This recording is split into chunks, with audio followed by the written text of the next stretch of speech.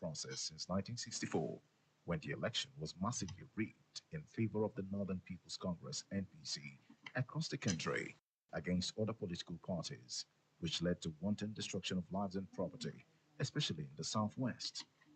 The electoral violence of 1964 was a metaphor of many electoral flaws. It is also a fact that the nation has progressively made an inroad towards achieving durable democracy.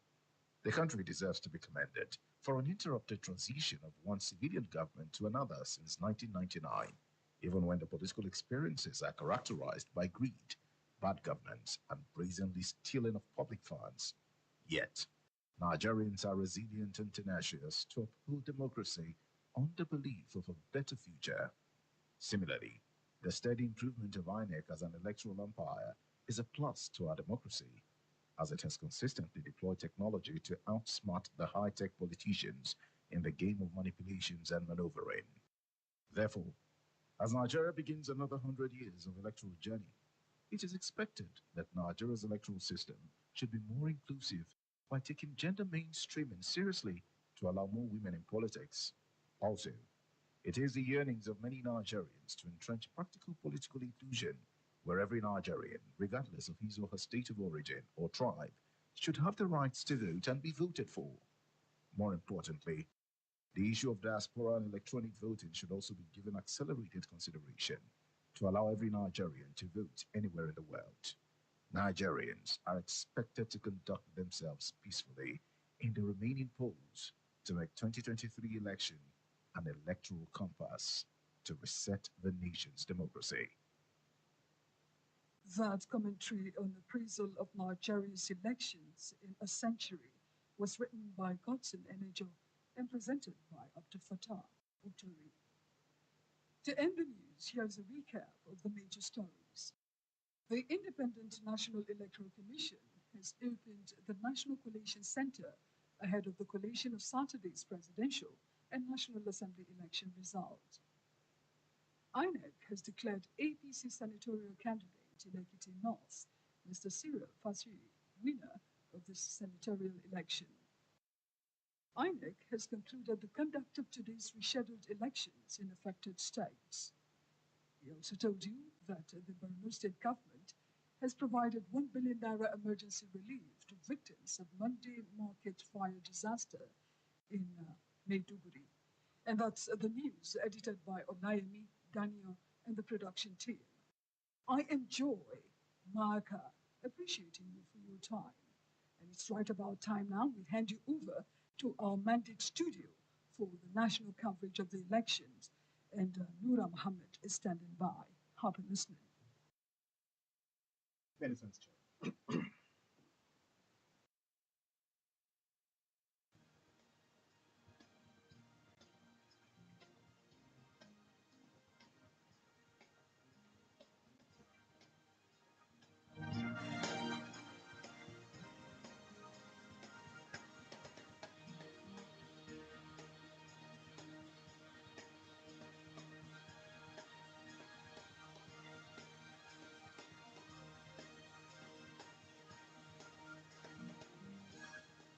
Hello, and thank you very much indeed for joining us again on the afternoon belt of the Mandate Studio on the network service of Radio Nigeria, the radio station of the year. Of course, this is a follow-up on the coverage of proceedings of the Presidential and National Assembly elections. And as all attention is now on the progress being made by the Independent National Electoral Commission, INEC, we hope to keep you abreast of the proceedings in this edition of the program.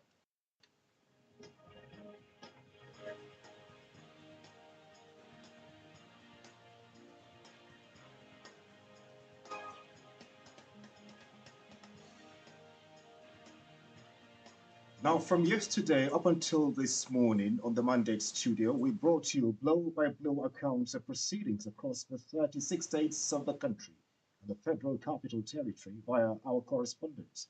We've had analysts with us in the studio dissecting the issues and giving us perspectives on the proceedings of the Presidential and National Assembly elections.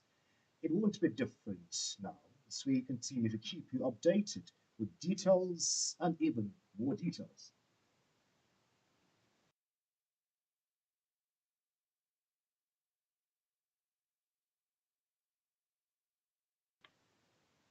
Now, as the program progresses, we continue to get reports and reactions from our correspondents across the country. From time to time, we'll dash into the INEC National Collation Center and the National Conference Center. And to help us put things in proper perspectives here in the studio, I have a lady and a gentleman with me.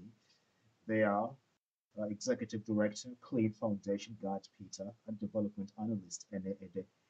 Lady and gentlemen, thank you very much for joining us on the Monday studio. Thank you for having us. Let's do a review of events the last 32 hours or thereabouts. How would you say the high points of the election so far? Let me begin with Ene. Thank you so much. For me, this election has been full of exciting high points. Did you say high point or high points? High points. High points. Okay, thank you so much. One of the high points that I have seen is that as I was coming to this studio, it took me almost 30 minutes to be able to get to the studio. So for me, even as an observer that has evidence of being part of the process, getting the difficulty of getting to the studio for me is a high point because it never happened before. Uh, for the security agents that were around the streets that I took to get to this place, they said, "Oh, because we had to argue." I said, "Well, I'm a senior citizen." They wanted me to do a long walk. I said, "No, the sun is hot and I'm going for a national duty, so I will not take this long walk.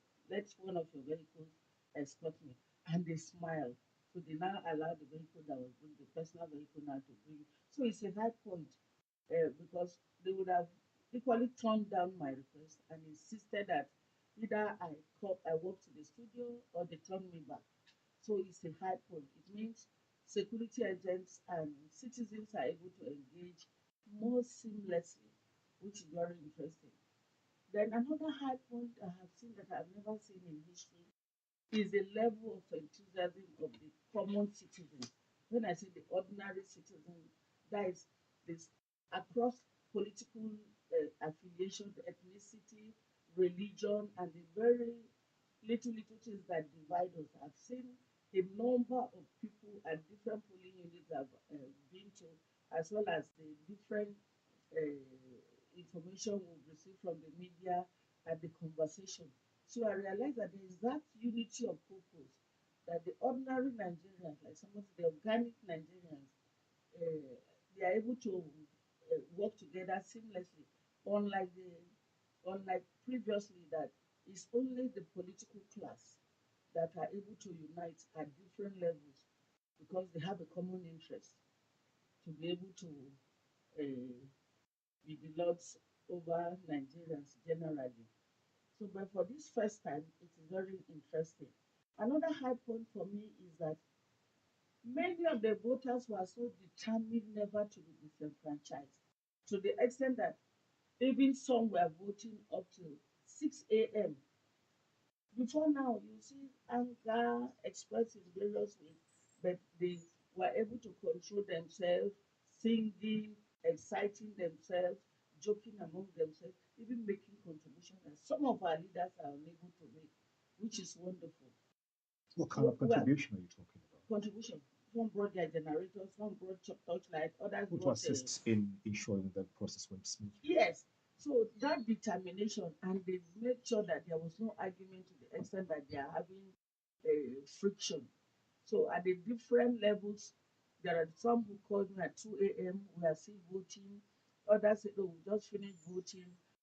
Counting has started. We are not going to go to church. We are not going to go to the mosque to pray." So I'm quite excited about the common interest, the unity, as well as the sacrifice the ordinary citizens are making. Another thing that is And before common, you go into another issue, yeah, what can you say about reported cases of voter apathy in some parts of the country? yeah, because many Nigerians were coming with so much hope, renewed hope that look, things will be significantly different from what we have seen in the past. Late arrival of materials and personnel, that's poll officials. But this time, you find that there are a lot of people who told me that as early as 6 a.m. they were already at that they are polling units. There are those who have to trek long distances.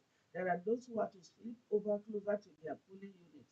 There are those who it was only that yesterday that they were able to even locate their polling units because of the arrangement that INEC made in terms of reducing the number of voters in populated polling units.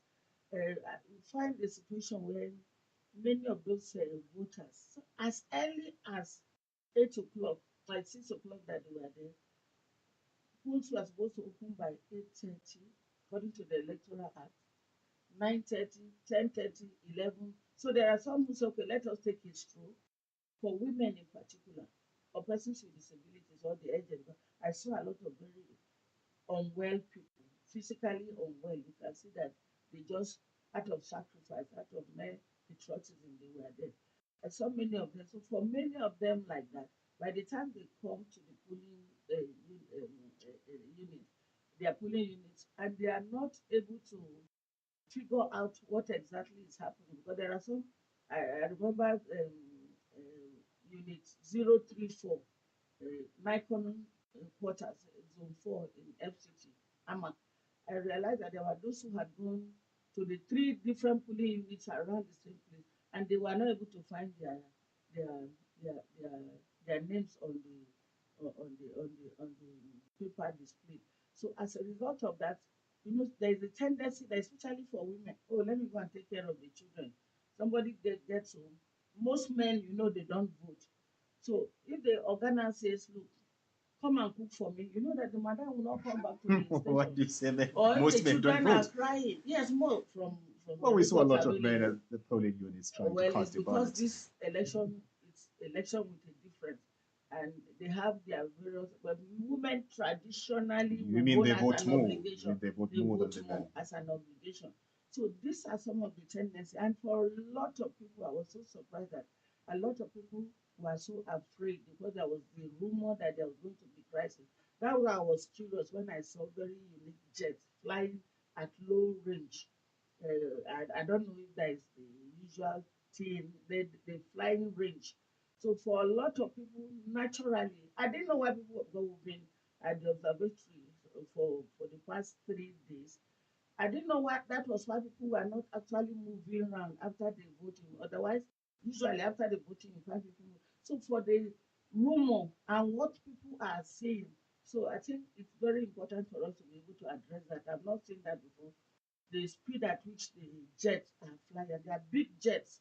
But I don't don't you know what. think that could be due to the efforts of the government to deter would-be troublemakers? Yeah, even if you need to deter the troublemakers, Radio Nigeria and some other media outlets should be able to tell us. For me, as enlightened as I am, as informed I'm supposed to be, I just saw it and I was scared.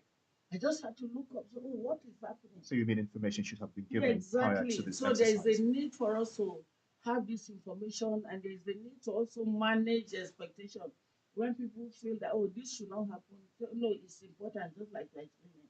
And in a situation where you see the reality, you see stern looking security agents around the roads, and they say, no, you can't pass here. So, oh, why? Election is not happening around here. I almost forgot that the collation center is here, the National Collation Center is here.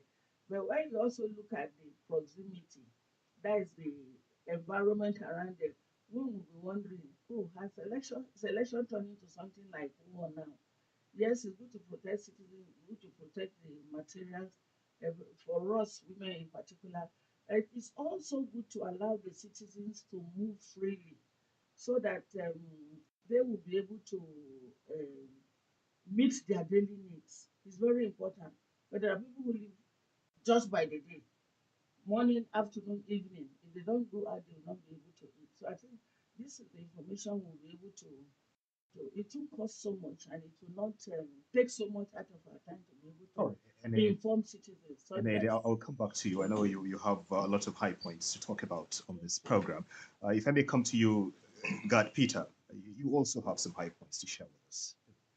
Well, basically for me, the high point would be that Nigerians are excited about the possibility of having new leaders.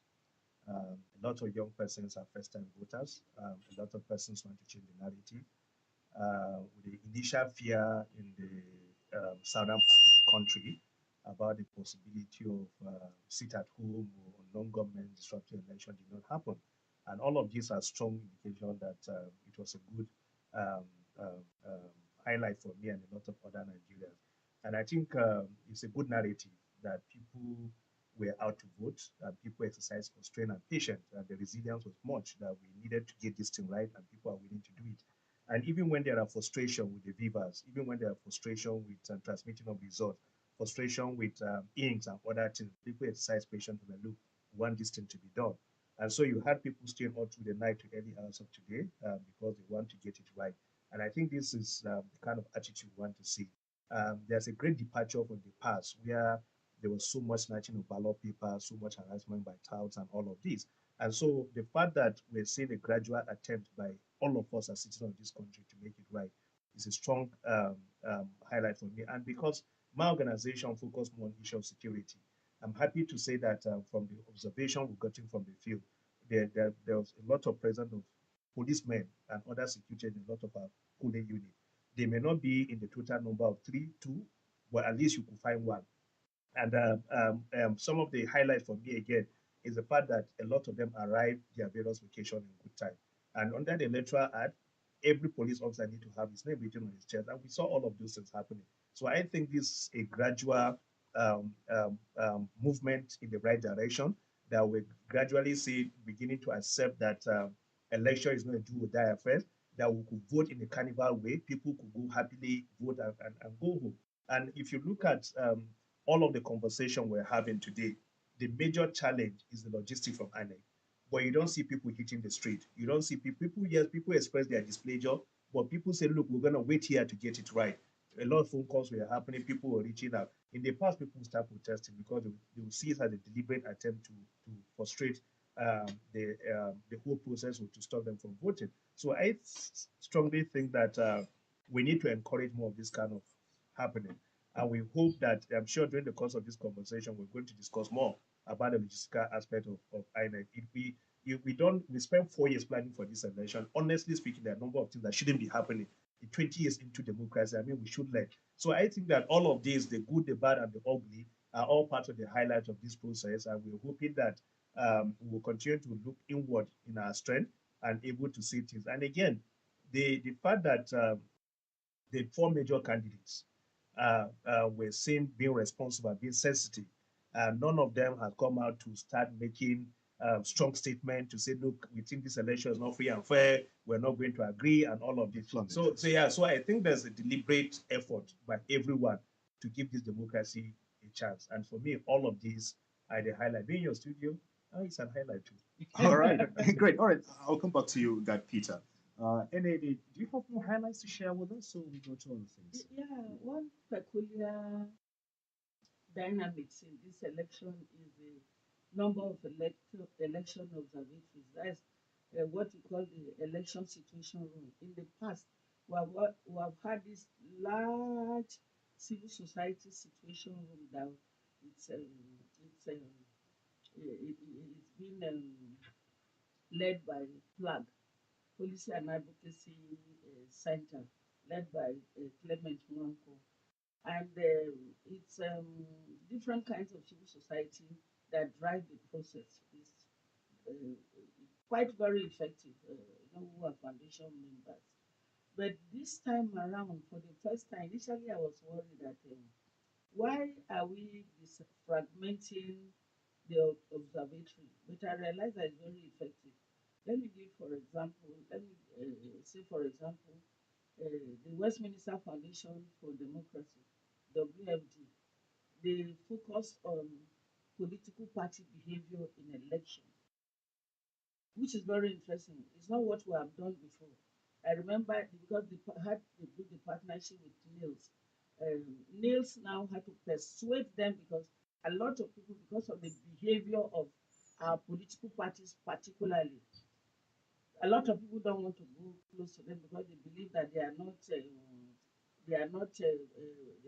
professional. they are not too serious. They stigmatize them in so many ways. But I'm excited that I visited the observatory, though the findings have not been made known. It's coming up very well. And one other thing that is so interesting too, we have always had one big national women situation room. But this time around, we have three. That is two additional one by Federation of Female Lawyers. Then a group of women organizations came together. Uh, many media organizations, they had to do the partnership Women Trust Fund. So three of them. And a lot of people thought that there was going to be conflicting reports as well as statements and competition among them. What they did was many of the organizations that even visited from outside that are monitoring, that's international monitor, those, the local ones who go around, we are observers, then the international ones, they are monitors. I was so excited when I saw the equivalent of our feeder here in Nigeria, Federation of Female Lawyers, that came from Ethiopia, and she said she was particularly interested in the female observatories, and that she's so impressed that they want to go and adopt the same process in their next selection, which is a good thing. So, What so has now, always been the rationale behind establishing yeah, that of the women? establishment is such that there's nothing that happens to men and women in the same manner in terms of the impact, in terms of the result. For example, the whole electoral process, every kind of violence that happens to men and women has disproportionate impact. For example, So it's with a view to ensuring yes, that so ensuring that there isn't a kind of exactly, discrimination because against the most of the women. time they just look at women issues generally, but they keep an eye particularly. For example, if a woman, if her dress is taken off and a man's dress is taken off, the man will just chest out and be happy and just move around. But the woman, you'd have stripped her of every dignity, and that can just crush her moral and spiritual immunity. So these three is so important. Then look at younger organizations. Yaga Africa had two observatories. Then we have the KDI, and KDI has been rated as the top most observatory. I'm happy too that I'm one of their board members. But I wasn't the one who did the rating because of the. It's good for your team to visit the office or look at their data. They just finished a press conference a while ago, and tracking the violence particularly based on projections they had done, because they had a long-term observation since February 2022 to this time. They just discovered that this between yesterday and now, that election results have not been declared. We had incidents in 751, which is too much. Historically not unacceptable. So they are still coming up with disaggregating it. Then you also have Clean Foundation. Clean Foundation is here. We have CDD West Africa. So you have close to 20 observatories. Very interested in the polls, right? Yeah, Trying their to- result. What is I think the next time we really look forward to media observatories. So the media, many of them partner with different observatories. The most interesting one, which we need to look at the result. I'm sure in the course of our conversation, your broadcast, you'll be able to bring some of them. The political parties too. You have many of the main political parties, particularly for obvious reasons, because they have more money than the small, what is called the smaller ones. So you have the mainstream political party having their own observatory, and their women wing too having their own observatory. So one is curious. It will be good to see what they discover, whether they are subjective as they are supposed to be, or they are partisan. That too will inform a lot of things. So it's interesting that we have that. Then one other thing that is very unique too is that we notice that many of the youth that have been shouting, Kedia captured that in their report that in 2015, 2019, sorry, Mm. 2019, the number of youth that registered to vote is more than the number of youth that registered to vote this time around. There has been this assertion that, oh, the youth will determine this election. Even I went out to many polling units, and we didn't quite see but a lot of people said, okay, it could be that they have transited from the 18 to 30, 34 to 35 and 60. So the assumption is that they moved. So as a result of that, they are no longer categorized as youth. So that too is very interesting because it's the youth that have been shouting in social media, we want change and all that. But why do you think the situation has turned out to be so? Yes, it turned out to be that the number of youth that have been shouting around the country, we've not seen them sufficiently present in terms of voting, and if, except for the working as INEC election officials, most of the people you see there are within the age range of 18 and 34, which is quite interesting. And for many of Or them, could they have lost interest in the political process? yeah, that is what we need to find out. All of us need to find out what could have happened. Because you find them on the social media all the time, Exactly, tweeting, exactly. sending Even messages. yesterday, as at 2 o'clock, someone said, the social media space is very quiet. Is it that they are voting? No, we didn't see that there. So what could have happened? How did they disappear? All right, With the maybe in the sugar course thing of that was time, we'll raised. be able to find out what the Exactly. situation exactly is. If I may come back to you, Gad, voting continued today in some states, while some places are still in doubt if they will get to exercise their franchise. The situation got to this point due to different challenges encountered during the exercise, or NAD has talked about some of the logistics and so on and so forth. What do you think is the significance of this extension as the voting now to the overall election? And will the extension have significant impact on the overall results expected from the field?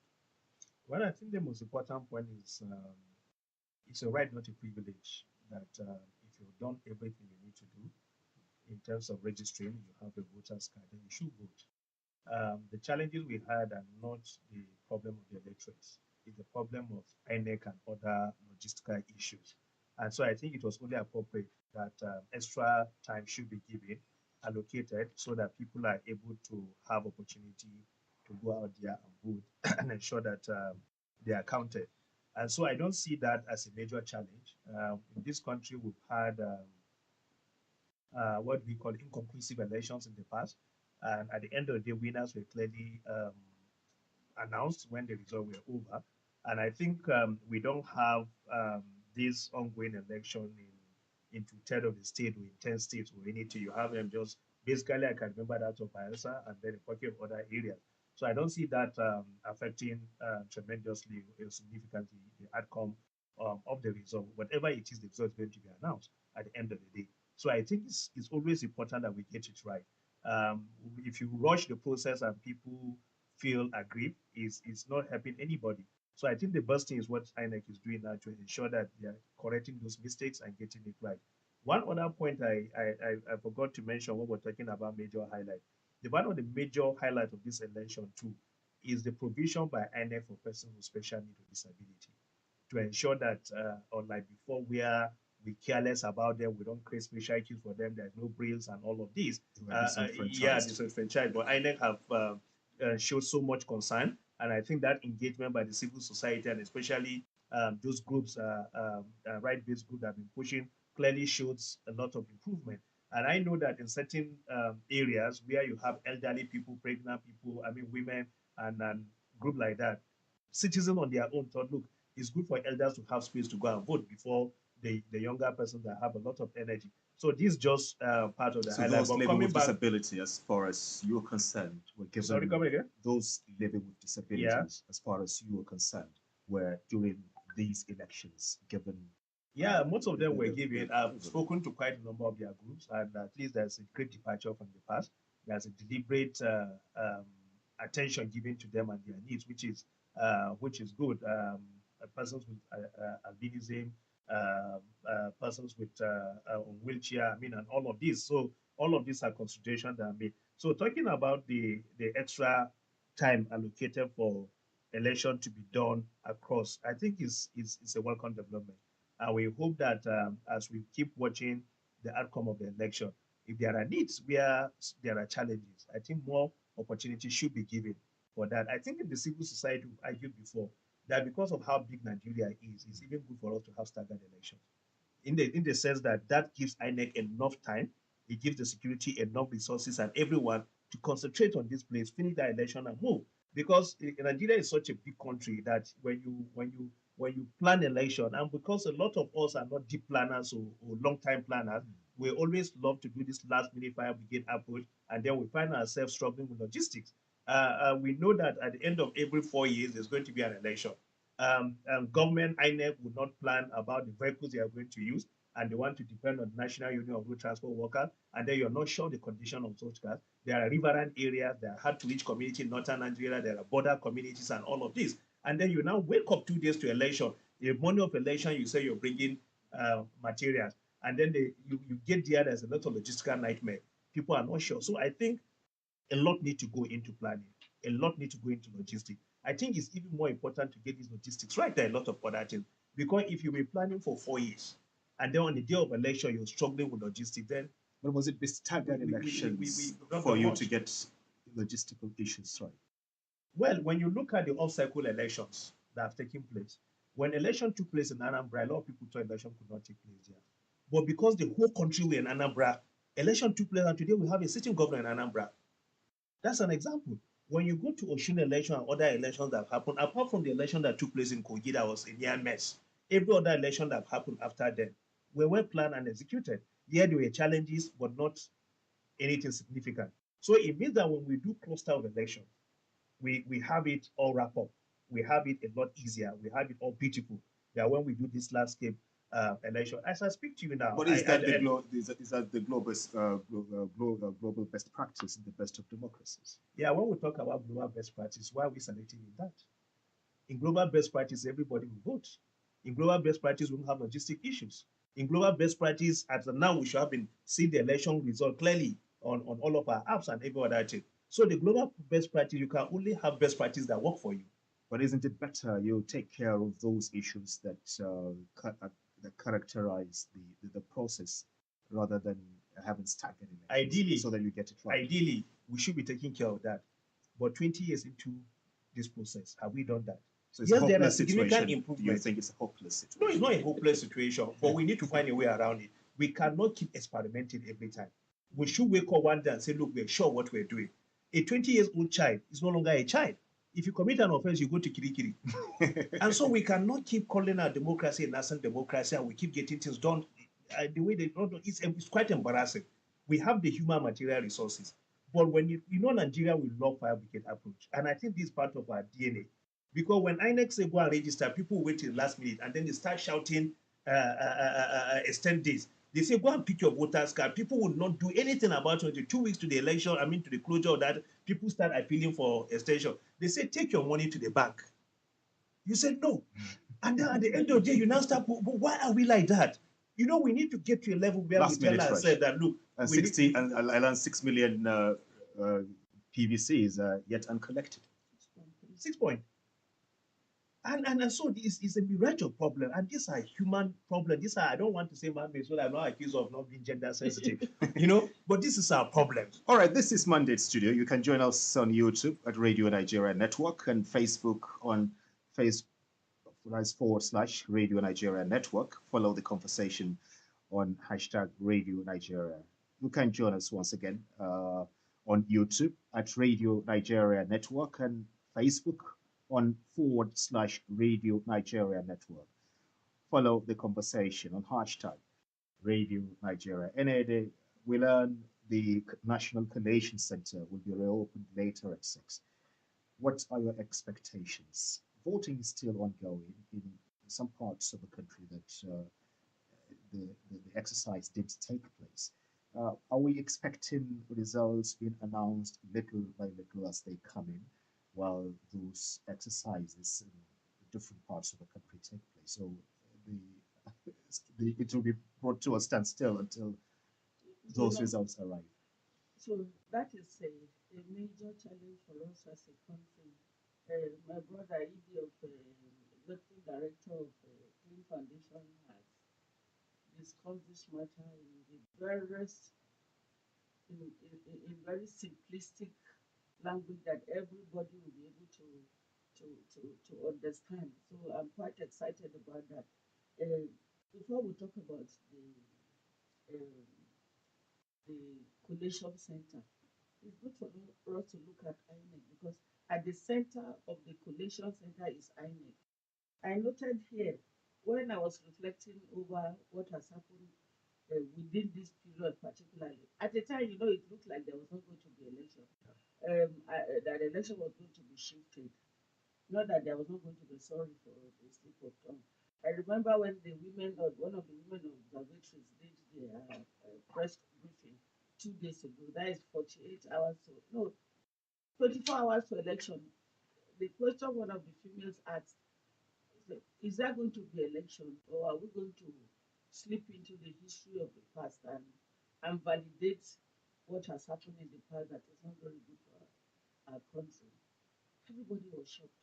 She said yes, so now she explained.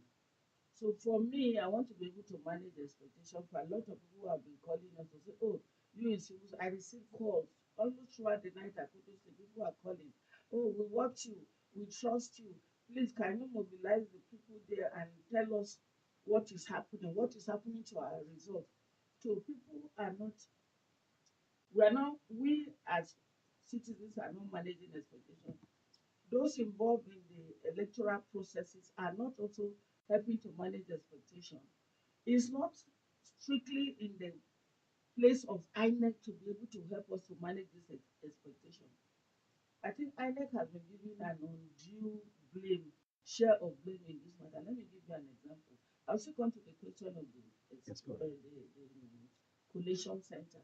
If we are expecting that several results will be declared before 12 midnight, we don't need to waste our energy to stay awake. We can sleep, relax, and get the result as it comes.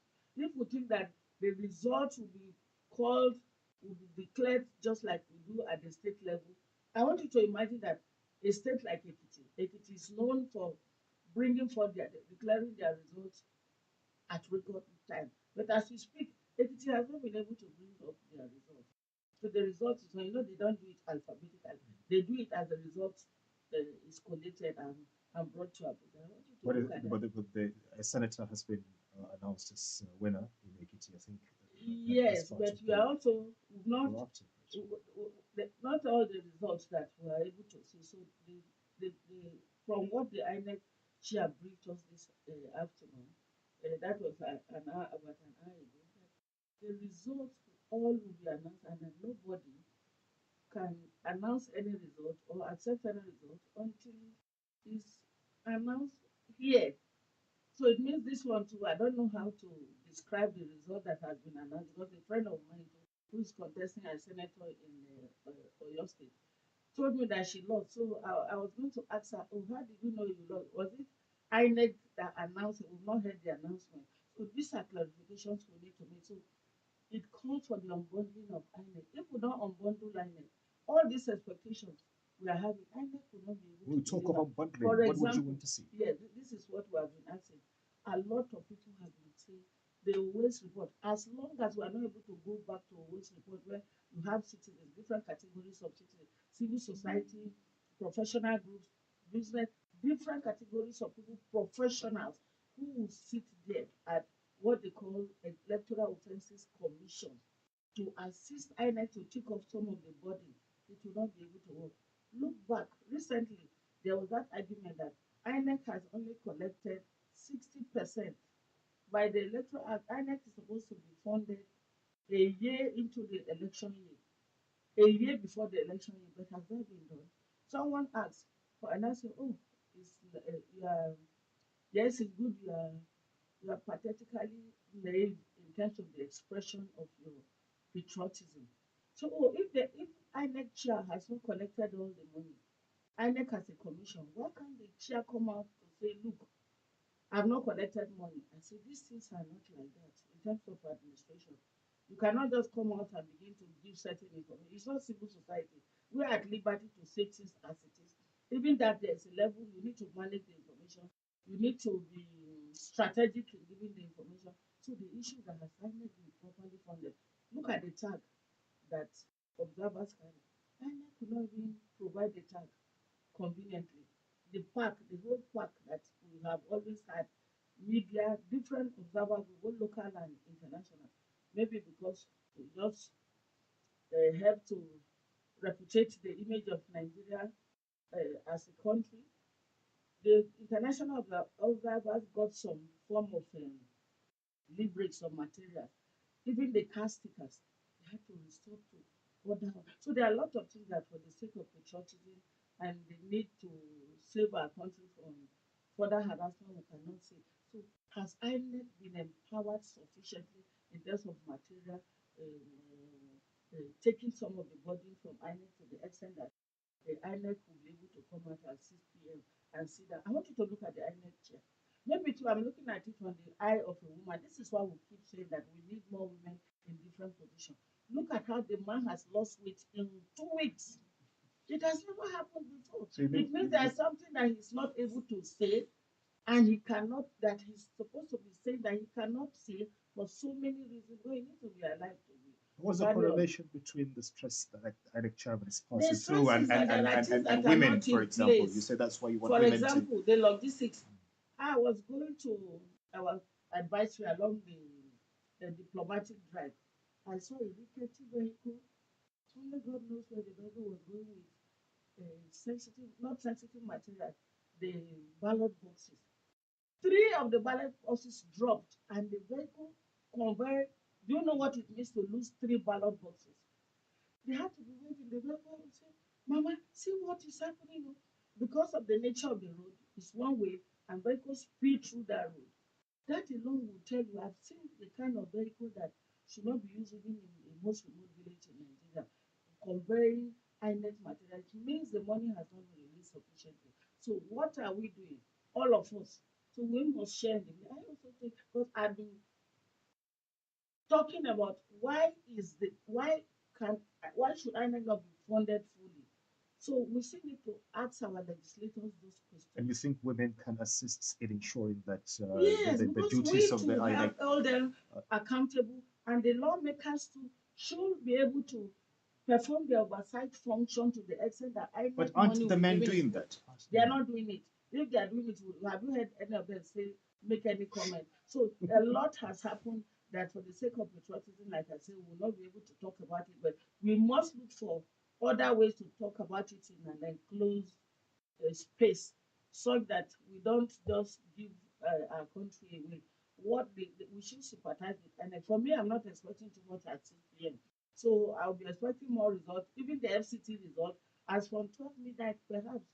So if you expect, you give INEC too much load, you crumble INEC, and we can't afford to do that. All right, and Yeah. maybe in the course of the program, we'll find more time to talk about active participation of women It is very in important. politics and governance. Well, No, we have failed, and the system this has isn't the failed first women. time. This isn't the first time a clamor has been done for that.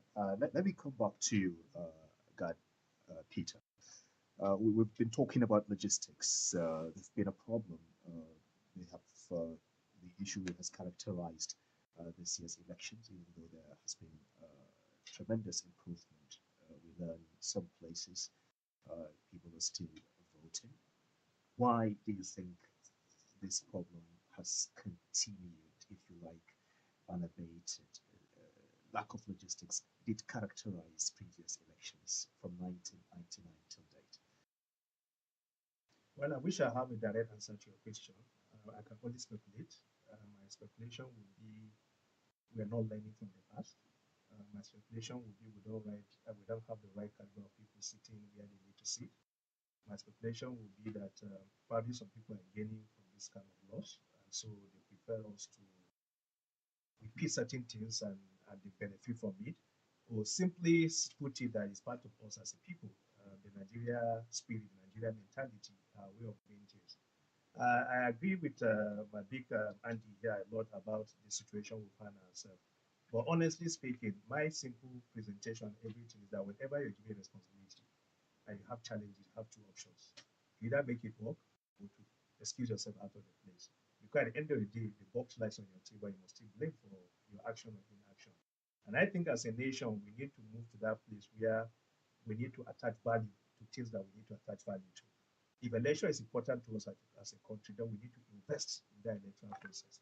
For example, year in, year in, year out, for every election cycle since 1999, if I'm not mistaken, we always go back to the National Union of Road Transport Workers to use their vehicles. Yet there are federal government ministries that have vehicles. If it's an election cycle, why don't you put the resources together? And like Ministry of Health, Ministry of Agri, Ministry of Defense, all of these federal government agencies and Radio Nigeria, how many vehicles do you have in your pool? Can we have 10 of these vehicles? You service them, you fix them. All those vehicles And you might solve the not even problem. be sufficient for the If they are federal not government sufficient, then you now establishments. know that how many more vehicles do you need to hire? Has anybody done that research to know how many vehicles do we need for this kind of logistics? It's a country problem. But I don't think It's a problem do where you think we don't do research, we don't have evidence, we speculate. Do you think it's possible for any organization in this country, say a federal establishment, to part with the vehicles it has got, despite the fact that there have always been complaints about Is it a federal lack government? of Is it not federal government we're sufficiency running? You and I can do a simple research. If we stand on our major express in Abuja here for just 2 days, you cannot count the number of hillocks with federal government numbers that will pass you. But You cannot count the number for of the SUVs. day-to-day running Yeah, of but the if you underline establishments. my comment is that this is seasonal. This does not happen every day. So if it does not happen every day, then we need to fix it right. In years ago, I was told clearly that INEC or whatever name they used to be, Nadeku, I can't remember the names they used to be in the past, used to have their own vehicles that they used to convey materials. So I think that already our big mommy here mentioned that women need to give more responsibility. Maybe when we give women the responsibility of being the INEC chair, we can see Yeah. changes in terms of logistics and planning. But again, I But must have quickly they add. set precedents that would No, I mean make you- that would no, we cannot downplay the place of women in this society. We've seen how the former Minister of Finance have done well. We have example of several women that have held position and have done wonderfully well. So it's not lack of women in the space. Is do we have confidence and trust in them? It's our problem, not their problem. And so if you don't trust someone, you can't give that person responsibility. All right. But again, let me ask you this simple question: is there a law that says that the INEC chairman must be a political scientist? Again, this is our problem. You see, we have a mindset, and until we recognize that we have a mindset and we have a problem we need to solve, we'll not solve it. Is there a law that says that everybody that sits on INEC chair must be a professor? Does that make them the best of us? You see, so these are issues. You know, when we ask this question, people think we're crazy. But do you think You know? those were the criteria for the appointment? No, of, I'm not saying they're the criteria. I'm previous- just asking us a question, a rhetorical question. I'm not asking for an answer. But when you look at all of these INEC chair over the years, have they been professors? Yes or no? Have most of them been political scientists? Yes or no? So it means that there is a particular pattern that someone has put But in perhaps place, as someone and who people is are adopting it. grounded in politics, a professor of politics, Does science would political have scientists make the best of politicians? perhaps Do they? knowing much about How the many politics. politicians are political scientists? It doesn't count that All right. way. What I'll- matters most is the like, how do we have the best hands in this country that can provide that services? I'll come back If to we you do that, both. then we're able to All solve right, the problem. I'll come back to you both. Let me remind the listener that our correspondents are at the National Collation Center, where they're monitoring the collation of results from states as well as in the states that continued voting today. I will link up with them to bring us up to speed on what's happening at the allocations. Meanwhile, well, a few hours ago, the chairman of the Independent National Electoral Commission, INEC, Professor Mahmoud Yakubu, set the ground rules for collation of election, which begins by 6 this evening.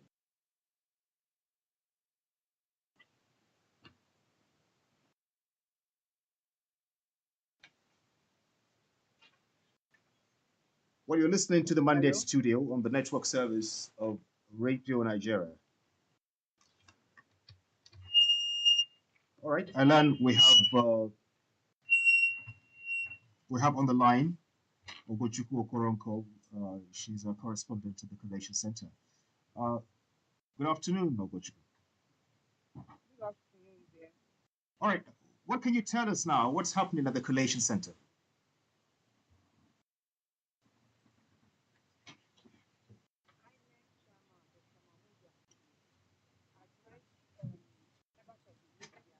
Well, you're not audible enough, Ogochukwu.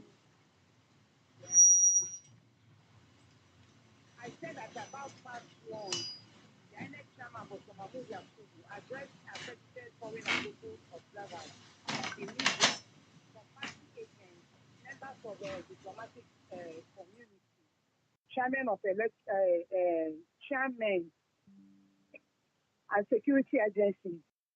You addressed us that on the workings of the collation center, you opened the collation center officially, and then he decided to set ground rules. And in setting the ground rules, he said that he is in charge of announcing the presidential results, and the collation of the presidential election results in Nigeria is done at 4 levels. He said the first instance, after the conclusion of the voting and counting and recording of results at the various polling units, that the results will be tallied and collated at the 8,809 registration areas or wards. Then, from the ward level, the results will now be tallied again and collated at the 774 local government areas nationwide. And thereafter, the results will be tallied again and collated in each of the 36 states of the Federation and the FCC. Then after the collation of those figures for each of the 36 states and the FCC, and the results will be finally, they will now bring it in Abuja, where the announcement of the outcome of the election will be made by the returning officer, who is the INEC chairman, Professor Mahmoud Yakubu. He now said that the presidential election, he is the chief electoral commissioner of the Federation, and that while explaining the procedures to be followed for the Federation and the Federal Capital Territory shall be presented by the collation officer for the presidential election. Either you call them collation officer or you call them cook. They will also serve as the collation officer at the state and the FCC level. He said after collecting the results, the scope shall be accompanied to Abuja by the REC, the Resident Electoral Commissioner for the particular state, and then also the Company of Security Agencies. He now went further to say that once they are on arrival at the collation center in Abuja, the scope shall be received by the collation secretary inside the collation center, and they will now organize the sequence of the presentation, how the presentation will go. Then after they finish organizing at the collation secretary, the returning officer now, who is the INEC chairman, Professor Mahmoud Yakubu, shall now invite the scope accompanied by the rest of that particular state to the table where he will now give the details of the report to for members of the public to hear. So after that, he now made an announcement that we are going to reconvene by 6 p.m. And that once we reconvene by 6 p.m., that everybody will be there all day, all night, except by at intervals, we can go on break and now come back to continue. All right, Ogochukwu, what were you told with regard to results being announced at the state level? We learned one of the positions has since been announced, a senatorial seat in Ekiti. What did the INEC chairman tell you with regard to that? INEC chairman didn't make mention of that, but it is widely known that the only person who has the right to announce presidential results is the INEC chairman. Then the House of the Reps, that has the right then results for House of Reps results. And the Senate announce at the state level, right? Yes. Okay, Ogochukwu, can you confirm that the collation center will be reopened at 6 from the way things are going? Do you think they will keep to their promise? I mean, INEC. From what the INEC chairman, Dr. Mahmoud Yakubu, said, that we are going to reconvene by 6 p.m. And you think that's possible, right? Well, I am not the INEC chairman, and I don't know when the school will start coming. It is not made known to the public, but once they arrive, then the presentation of the results will commence immediately, according to what So the INEC are you chairman saying said. that at the moment none has arrived? For now, nobody has told us anything. We are still on standby. What's the mood like at the collation center, Ogochukwu? Well, people are we're all waiting. It's like when a pregnant woman is in labor. Everybody, you don't know what the processes will be, but everybody at the end of the day will pray that the woman will be alive and the baby will be alive. So we are all waiting to see the outcome of the presidential election. What's Once the scopes start coming, then they start presenting their results. It's after the presentation of their results, the chief returning officer will now do the collation and then the announcement. what caliber of people can you see at the collation center at the moment? Okay, the journalists are there, local and international observers are also here.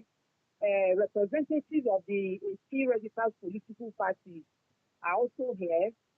And then INEC staff, the security agencies, they are all here waiting for the commencement of the collation of the results by 6 p.m. All right, Ogochukwu, we look forward to hearing from you. Perhaps by the time the collation center is reopened at 6, you'll keep us updated. Thank you for speaking Okay. to us. All right, thank you. All right, that was our INEC correspondent, Ogochukwu Okoroko, from the National Collation Center. And we'll get back to her as soon as the collation center is reopened so that she gives us an update of things going on. Well, let me come back to our guests in the studio who spoke last between the two of you. You can't remember either. So let me begin with the woman. You've heard our correspondent. What can you say? Yeah, from the way she spoke, it's so for those who are used to seamless electoral process, not just the election now, they will be a little bit nervous. An election is not meant to create such level of anxiety in people. Uh, you rightly asked. Now, an election result has been declared. Like a friend of mine from Oyo told me she lost to a particular political party. If you put that side by side, the announcement the INEC chair made, you'll be a little bit at a loss, not exactly confused. Then if Why you at a look at the loss? Why electoral, at a yes, loss? yes, because you asked her, you asked your correspondent, what is the procedure for the announcement? She told you clearly that presidential election results that is reserved specifically for the chief the returning officer or the collation officer, in this sense now the INEC chair, to announce. So you have asked her who now will announce the results of the order of the Senate and the House of Representative election. I think that didn't come out so clearly. So a lot of people will be worried. Then, if you also look at, we had mentioned But earlier I think there wasn't confusion there. yeah, Under normal circumstances, well, I the listened to INEC the chairman INEC chair earlier. is responsible for the announcement of who becomes Exactly. the president. Exactly. Well, that position of Senate and House of Reps, that position too is announced at the state Yes. level. He is not the one that will So if announce you that. look at also, So there's a possibility for us to be having the announcements of such Exactly. results even prior to the announcement exactly, of that. all the results should be uploaded. If the announcement has been made, then it should be uploaded so that we can see. So this is what is creating tension, giving credence to rumor, because where information is not provided timely, there is the likelihood of rumor, misinformation, disinformation, fake news, all manner of information striving.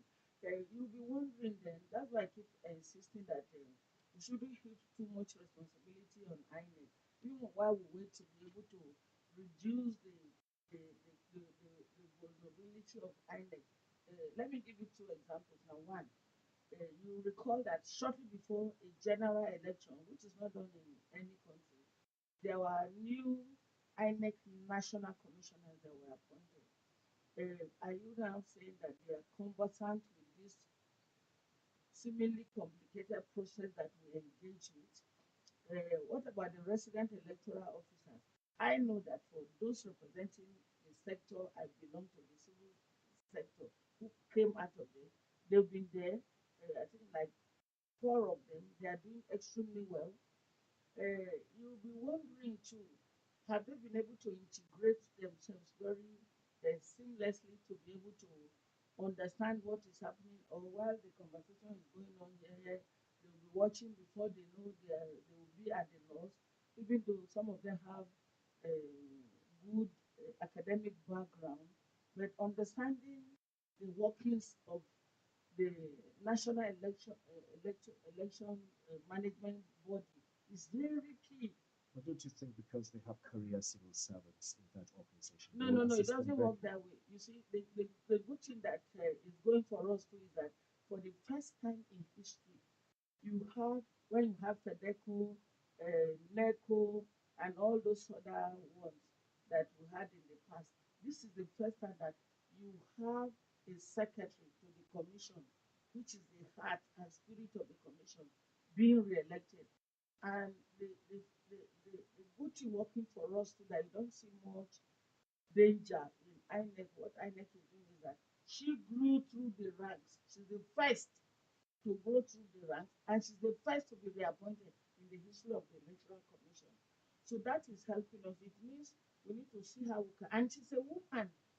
Have you heard that they were in combat with the INEC chair? It means there's something about having a woman. When we had a woman, then she's the second woman to be there. Did you ever hear that there was stress among them or between them? So that goes to tell you that it is important to engender that process, or the commission as a whole, even though the commission has a gender policy. We are not saying it because we just want to be part of the process of sharing the national wealth. We just want to serve to the extent that the anxiety we are seeing now will not be there. Why shouldn't I remember when Hajar Amina Zakari was there? She tackled the political party. When I say tackle, I mean really tackling. She insisted that the political parties were there and they were calling for her removal. There was so much, all manner of rumor.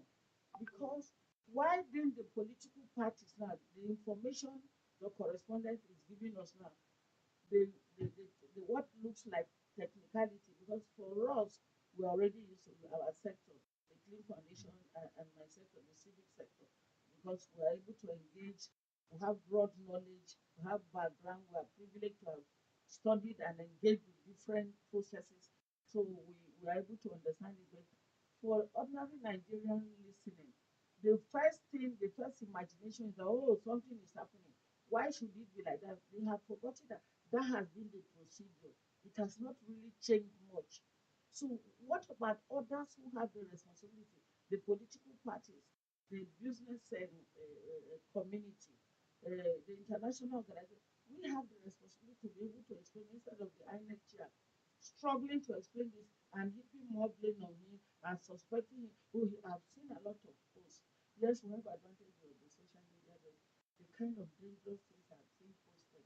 I've had cause to since about be responding. No, please, we can't do this. Please don't go there, All right. especially for women. I'll come back to you. Yeah. Let's come to you now, God Peter. You had the conversation I had with our correspondent about you from the National Collation Center. What would you say your take on this? Well, for me, I think we're finally coming to the end of the process. Once the results have been announced, we just wish the new president well and ensure that we give support. And I appeal to those that feel aggrieved to go to court instead of fighting or trying to make the country ungovernable.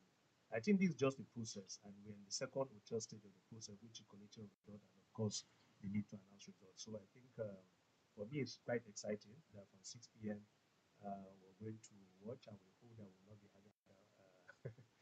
having Nigeria going to sit up front there to say that we're satisfied with the result. So I'm hoping that whatever it is, we're going to manage the tension. And I think most importantly, more importantly at this point, is that our politicians need to be guided.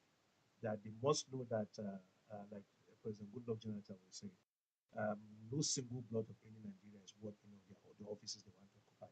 And therefore, they must condition their mind that this is a keenly contested election.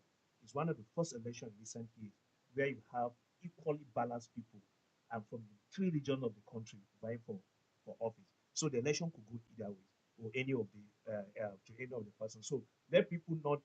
I think we need to manage our expectation. Whether you're for Labour Party or for APP, PDP, you need to just manage our expectation. I had someone who humorously said he caught sight of somebody that looked like that same person who invaded the collation center, and he has the same hope as you do. Well, we have Lawrence Wokedi on the line from Umuahia. Lawrence. Good evening. Good evening. What's happening in Umuahia, Lawrence? Yeah. Okay, as of now, collation is still ongoing at INEC office in Umuahia. Though in some areas in Arochukwu local government and Ohofia, voting continues and it's almost rounding up now. So they are waiting for the collation of those results from that area plus the one that they did yesterday so that they can now come up with the authentic results. Journalists are in the INEC office waiting endlessly for this result to be delivered on behalf of West and Western Phoenix. What you said, some people have just finished voting. Why did the exercise take them so long? No, they finished in about 1 hour or thereabouts. So they are doing their own collation. Then, they started very late. Not that they started that kind very late, but by 9:30. Today, Sunday, when some people will talk of either going to studies or whatever. But they started by 9 and ended by 7. So they couldn't vote yesterday. Is that what you're saying? Yesterday was because of the late arrival of INEC materials. Then the materials, some of them arrived around 4 o'clock, some arrived around 3:30, thereabouts. So they couldn't make any headway. So you're saying that the exercise has been completed now and all eyes are on the INEC headquarters in Umuahia? Yes, every eyes on INEC headquarters now. We are waiting for the final collation and the results to be declared. What's the mood like at the INEC headquarters? I'm confident you're there. Thank you very much. The last time I was in INEC headquarters, I'm not in the INEC office at Umuahia, but when I went to the INEC headquarters, there was tight security. And the atmosphere was, they have prepared the hall to use for the collation of the presidential result and others. So security is tight in that INEC office. How soon are we expecting the results to be announced? That is for the REC. I can't say that one because that one is for the INEC and the REC, Resident Electoral Commission. But at any moment the results arrive at that INEC headquarters, it will be released. But have some of the we are looking some of the for nothing. Go ahead. Have some of the results started arriving? Results have started arriving. They have started arriving. But they are waiting for the ones from far distance like Arochukwu, far east and far west, those riverine areas. They are waiting for them to join with the ones they reject. So from all indications, they would want to ensure that all the results have arrived before the final collation begins. Yes, yes. What's the mood of the people, Lawrence? You must have interacted with the residents of Umuahia where you are. What are they saying? Yes. As of now, the people are in high school. Most of them came out yesterday in their large numbers. In fact, if you see the number of youth and the men of at least the older age that came out, you even begin to ask yourself, is this only election? Is there another thing? So by now, they are having high expectations that the results will go to the candidate of their choice, whom they came out to vote for. And how did the exercise go? So it was peaceful in almost all the areas I recorded and almost all the areas I got information. Peaceful. There was no violence of any kind. Abia is peaceful and in fact Abia is a gospel state and it's known for its peaceful.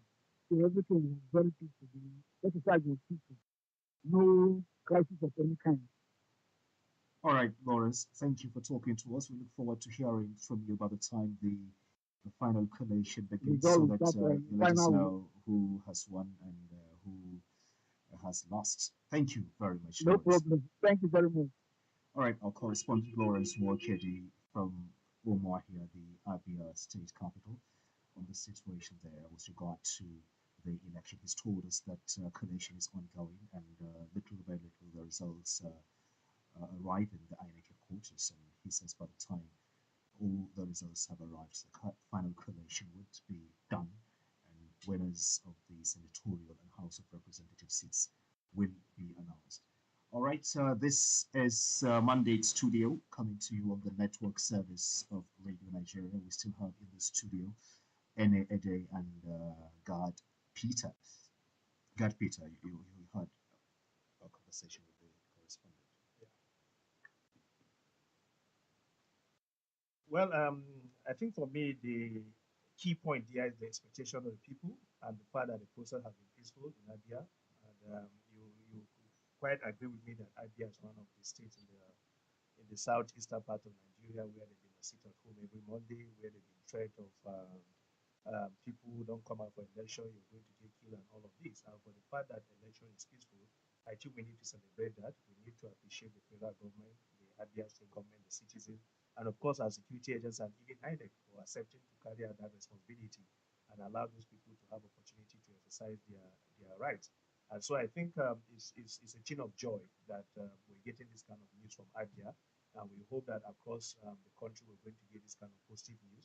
And more importantly, now that we're done with those elections, that let the voting, let the counting start and ensure that we're reflecting the result that reflect the wins of the people.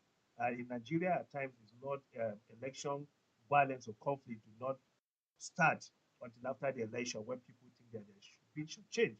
So I hope that we're going to maintain this sincerity, this transparency, and this sense of patriotism that is happen. I think nobody is going to hit the street or nobody is going to cry foul. But whatever the outcome may be, and my strongest argument today is the fact that even when you're not satisfied with the process, please have some confidence in the judiciary that will be able to give you justice. So I think people need to relax, go about playing football, playing draft, playing chess, and enjoy themselves. We've done what we need to do. The rest is absolutely not in our control again. Yeah. All right, and there's a portal put up by INEC where people can follow the results. What's your assessment of this portal since the beginning of the elections? Part of the challenge we had in the morning, a number of us in the situation room was that it was not initially accessible, and so there was so much rumor, people were shouting. Then at some point that it was activated and it was accessible. All right, I'll come back to you. I learned we have our correspondent on the line from Benin. He's at the INEC headquarters, Emmanuel Bello. What can you tell us, Emmanuel Bello? Emmanuel Bello, are you the headquarters, right? These states are commenced. Adweben, Eastern Central, Eastern Northeast, Ego, and Eastern Southeast. So the election was peaceful with no reported case of cancellation in Igweben, Eastern Northeast, and Eastern Southeast. Meanwhile, there was minor cancellation in Eastern Central. While in the local government area, there were cases of violence, snatching of ballot papers, and a situation where some adult staff were reported to disappear yesterday and returned back this morning. So based on this, the electoral officer for that local government had to cancel results in 22 polling units out of the first 38 polling units that makes up the local government area. Where did they say they disappeared to? Yeah, they said some adult staff they went away yesterday with the ballot papers and other things, and they did not resurface to this morning. And being that that has led to that on the authenticity of what they brought back, so that is why the result was cancelled, in the affected and polling units. Could they have been abducted by a group of people? No, they were not. They were not abducted from the report given by the electoral officer for local government area. Well, what exactly did they say happened? They disappeared yesterday evening. No, I mean, why did they disappear? Why did they disappear? Well, I don't know. I don't know what made them to disappear, but that was the information given by the electoral officer for that local government area. That they said they disappeared yesterday and did not return back to this morning. Okay. And that the party agents, they were angry about development. They were not happy with the situation. Okay, Emmanuel Bello, how soon would Nigerians begin to have winners of the elections that took place there announced? How soon what? How soon will the announcement of winners begin? Okay, the announcement have started. I said they've announced that of 5 local government areas, but we are waiting the final. okay, no house of reps seat. Later this evening. Okay, we have another center for collection of House of Representative and Senatorial election. It's only that of presidential election that is taking place at the INEC headquarters in Benin. Okay. All right, Emmanuel Bello, we look forward to hearing from you in the course of time. Thank you very much, Emmanuel Bello, our correspondent in Benin, the Edo State capital. Let me come back to you, and we were talking about the portal put up by the Independent National Electoral Commission. Yeah, no, so this is a challenge now. You can see from your correspondence now. The question you are asking, what is the reason for the disappearance of the ad hoc staff that are giving sensitive materials to support the process? You see that the communication is not smooth in terms of the person who's supposed to provide adequate information that will calm nerves, that will reinforce confidence on the process, that will give credibility to the process. Nobody seems to have told them anything that even at the level of social common discussion within the family, it can be strategic and situated properly so that you can get the information well, it will be useful, you can get feedback, and you can ask questions. No, but we are not seeing that. So does it mean that we need to train special, like strategic communicators who will be able to give us information that will manage the suspicion of Nigerians generally? Because there are suspicions.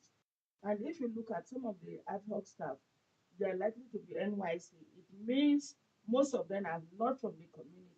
So any kind of meaning could be imputed into their why they disappeared. And if it is for the sake of safety, which has been made clearly that if you know that your life is in danger, you can't go to a safe place until it is certain you can discharge your duty because your life. I heard this from the DG of the NYC as well as the INEC chair, that safety first. Barrister Festus has said it, the National Commissioner in charge of information, Okoye, has said it repeatedly. So it could be the reason.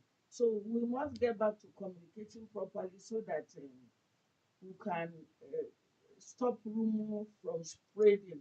Otherwise, it will be so difficult to express patriotism to its fullest. And we need it at this most trying time, where we have tried as a country in terms of not interrogating certain things to the extent that the suspicion will just break down relationship and process continue. So we must give it to Nigeria that they have so sacrificed all over the country that despite obvious challenges, they have decided that this thing must work. So imagine if those who are our leaders are able to do this sacrificially and consistently. Nigeria, the followership quality is higher than the leadership, obviously. All right, going back to the issue of the INEC portal, it's a very important aspect of the election process. For the sensitivity of it, for now, you know too that I know there were a lot of questions where the INEC chair recognized that I listened to all the briefings so far, and we had a conversation over that. That's why I keep saying that the burden placed on the INEC chair is very unfair. Unfair to the extent that I know a lot of people say, look, if this work is not easy for you, why don't you quit? It's not as easy as that. It's not like civil society work. Are the results now being Yes. found on the portal? Are they We are coming? not very sure yet because that's why I said we may have to wait till 6 p.m. to know because even we at the level of the situation room, the different situation rooms, we are not able to get the result as promised. And why a lot of people, the anxiety is heightened. That's why I like us to uh, just hold on until about 6 p.m. is because the INEC chair had alerted all of us that about potential cyber attack. So a lot of people say, oh, possibly that is the attack that has happened. It's too early. I don't want us to be too conclusive. Let's not be conclusive on that. Let us give it time. We have done our best in terms of the resilience level. Hunger, rain, threat. You saw that woman. We are grateful to leadership newspaper. They've done elaborate work. And the good thing I like about that is that all the star, the heroine of this election so far are women. Look at that woman with plan everything. She still went back to vote. And look at the older woman, the very old woman. I don't know the context, but I saw her picture. Then you see the person with a disability and the woman with her baby. So you see, Nigerians have maximum sacrifice has been made. So that's why we expect that the turnout, we always call on God as a country. Other countries will be wondering, why do you bring God into this matter? That the process you have not arranged with. The determination, the shared determination should crystallize, should be able to aggregate to the mercy of God upon our country so that we can get it right. All right, God, let me come to you. What's your assessment of the INEC portal? Have you been following results? Well, I just saw the breaking news now that it started uploading. Okay. So that's fine. And, Okay, before now, yeah, the before now, results the weren't there. result were in there. They just None? well, I didn't see when I checked. And again, you even those hotlines that INEC gave were not going during the course of the elections. Yeah. So for me, these are what is if a simple lines people cannot call during election to say, look, there are emergency rewarding here, then it means a lot is wrong. And I'm happy that Auntie is defending and giving INEC hope, which is why I'm not going to go that direction.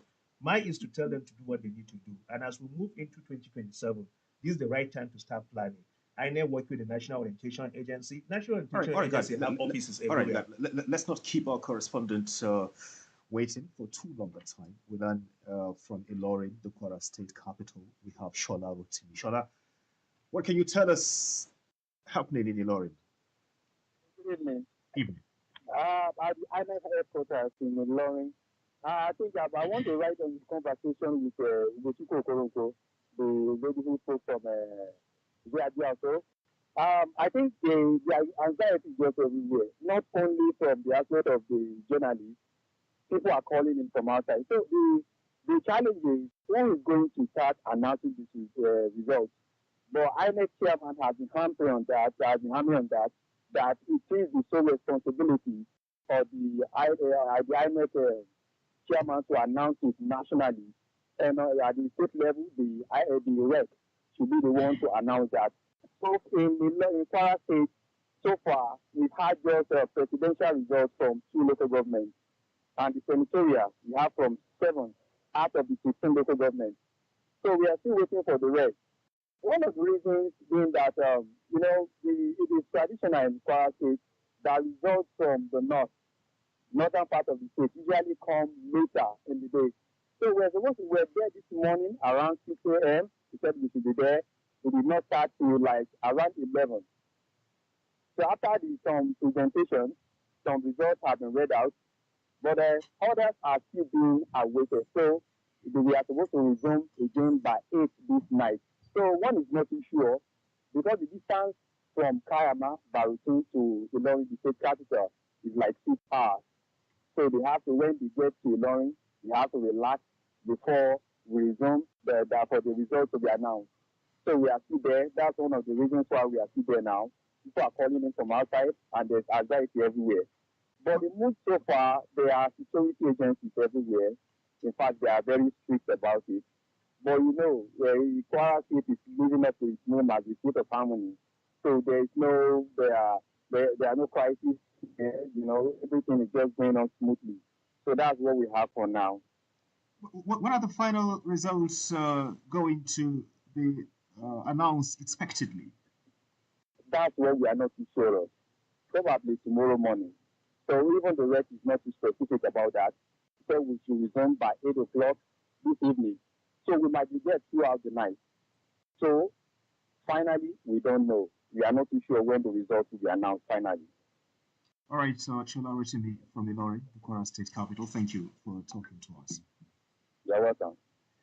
Well, that was our correspondent, Chola Rotimi, following events as they unfold in Ilorin, the Kwara State capital. We'll be hearing from him as time goes on.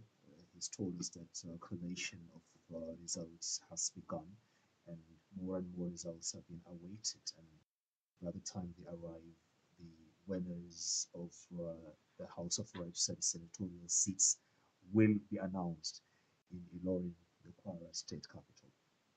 Well, coming back to Gad, you've heard the conversation. Well, again, the same line of story, the same line of thought across the country. I think what we relax everybody is this result to be announced.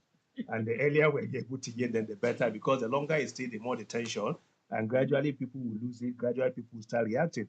I think I understand why the INEC chairman is insisting on announcing the presidential result. Presidential results are usually announced in Abuja, not at the state level. And I think the buck lies on his table. And even if he's not going to announce it, the person announcing per still needs to sit beside him, or he needs to call Kwara, where are you? And then the INEC chair or whoever, the professor in charge of collation of the presidential will now come up and say, okay, in Kwara from this area, these are a total number of votes by this blah, blah, blah, you know, the usual tradition. So I think we need to start see that happening. And I'm sure once that happening by 6, people will start relaxing. Those that will cry will start crying. Those that will jubilate according to the effort that has been put in each state. But I think generally there's how do I put it? There's an idea of the stronghold of every candidate that, you know, if you go to certain state, this person is likely to win, this is likely to come second. I think we have that fair knowledge. What we don't have is who is going to win the election at the end of the day. And that's where people are waiting for this announcement to happen. But again, over and over again, I will keep saying this, that whatever is the outcome of this election is not worth the dying or killing of anybody or destruction of property. The worst that can happen is that, look, wait for another 4 years to decide the fate of whoever you want. Go to court and make your submission and argument and see what changes you're going to get. But I think that as common men and women on the street, we've done our own part. And I think that INEC too will do its own part now by announcing the winner. And I think that whatever happens, yes, there are lapses here and there, but I think a lot of them are not intentional. They are not deliberate. Man-made errors of planning that did not work out well, lack of option B or C, or option B and C that did not work out. But again, what we need to do, for me, I want to move my conversation to 2027. What do we need to start doing now to get things right? We cannot keep doing things the same way and expect a different result. Who are the agencies of government that need to be responsible for electoral process? What do our policemen and women need to know? What do civil defense need to know? What do INEC need to know? What have INEC learned from 1999 to date that need to come into play? We need to ask ourselves those difficult questions. For the past 4 years, has the INEC done much with regard to No, of course, INEC have improved tremendously in the last couple of years. And if they've not improved, at least in the off-cycle election, we've seen changes, you know. And of course, with the current election, you see there's not too much money in circulation. People are not trading votes like that. And then, of course, with the Viva, you may not have, I heard a couple of people snatching ballot paper, and I don't know how that is going to help them. Because if my thinking about what we're doing is right, then you're just wasting your time by taking those paper voting and taking but some place. people have resorted You know? to making away with Yeah, the because beavers. let them not go back and say they didn't come back with anything. That the person that sent them, they must bring result. You know, when they send you a message, you cannot come back and say, I didn't see you. At least you have you need to submit something to your donor or to your funder, whoever the godfather is, to say, okay, this is it, the way and manner you're going to use a problem. But to what gain? You cannot do anything with it, because there are a lot of other information probably you need to be able to assess and to make use of it. So I think it's a learning process for all of us. But the attitude we need to take it is that, look, we need to improve every day on everything that we do. We cannot be as big as Nigeria is with all of human material resources, and we're still grappling with certain things that we should go beyond. So I hope, excuse me, that we'll be able to get this thing right and ensure by 2027 some of this lamentation will be issue of the past. And we're able to have a lot of the actors and stakeholders supporting this entire process, because democracy is the only way of governance that we have here. And we need to make it work. It's to our own good and the good of everybody. If politicians today refuse to allow this process to happen, how are they going to govern? And if they don't govern, how do they steal that common resources that we have? So it's better for them to allow us get there. As they are, we have gone beyond allegedly. We know these people loot our commonwealth every day. EFCC have arrested a couple of people in the past. We know a number of people are going to answer. The number is insignificant compared with the large number of politicians we have. About stealing. 109 because senators, 360 House of Representatives. If you steal 100,000 today, that 100,000 in my village today will touch the life of not less than 2,000 persons. No, I mean, the population of those who have been convicted isn't as much as... no, you see, the conviction is that at times some people are above the law. And I don't want, because this is a political era, so I don't want to mention any name and people. There are people that seem to be above the laws in this country. And the laws seem to be scared of certain people. And so it's easier for me to be picked from your studio today because I stole a chicken than somebody that stole 1 billion to be taken to court. And then when you have the resources to take the best lawyers, you may survive. So you think there are politicians that are stronger than the EFCC? We all know this. Especially because you are a presenter, you don't want to say, which I'll forgive you. But we all know the truth. And the truth is the fact that we're running a country where the justice system is not for everybody. And we've seen that happening. So I think we need to move this country to a place where we have zero tolerance for corruption. Where when you're entrusted with the Commonwealth, you use it to the best of your ability and for the common good.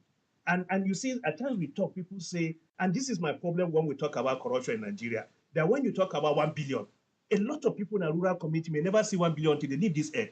But when you tie this 1 billion to road project, to water, to hospital, to school, and say that, look, the money this your son stole could have changed the lives of your community, people will say, Haba and Pekin, only you.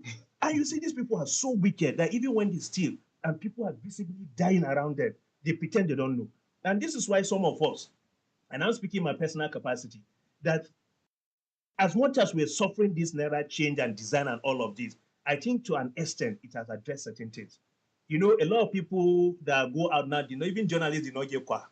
People went to do their work. I don't know. I only hear when people have gone for their work and they are back home quietly. Somebody said that he went to campaign the other day. He had no reason to spend money because the money is not there to spend. And so if you're going to vote, it has impacted positively. And I think that we may not have the statistics, but I dare to say that 50 to 60% of people that voted in the last 24 hours did not have real cash that influenced their vote. Yes, maybe money has been given overnight, or we heard some people were caught with dollars and all of this. But it must be a very rich man to use dollars to campaign in this country and to entice people in fooling you there. You must be living abroad. Okay. God, Peter, I learn we may have to let you go at the moment. You have a replacement coming up after the break. This is Mandate Studio coming on the network service of Radio Nigeria. We still have in the studio Eddie, and she'll be joined by who's that? Salahu Hashim. Salahu Hashim. Yeah, we'll be joined by him. Let's take a break now. It's coming up to a minute now past 6.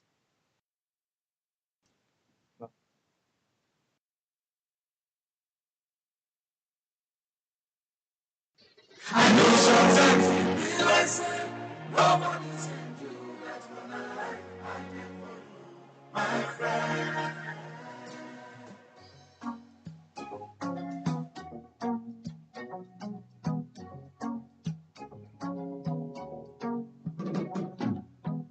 Nobody knows X for me.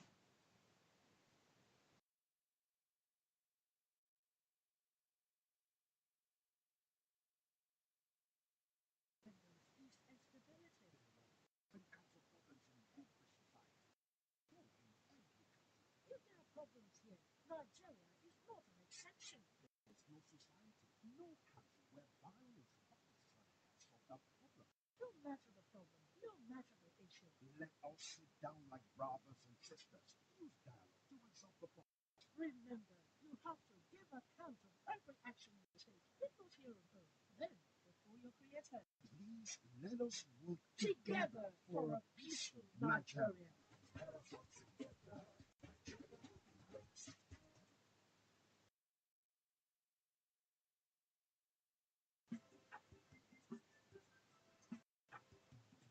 It's the only radio network in Nigeria. The network that attracts over 40 million high net worth individuals. Unarguably, the only radio channel that draws key decision makers through incisive and up-to-date news, scintillating sportscasting, and exciting programming. Radio Nigeria Network Service, the haven for discerning investors who wish to reach their target audience at the lowest cost per thousand. Your brand and corporate image deserve nothing less than a sustained exposure on Radio Nigeria Network Service. Try us today. Radio Nigeria, uplifting the people and uniting the nation.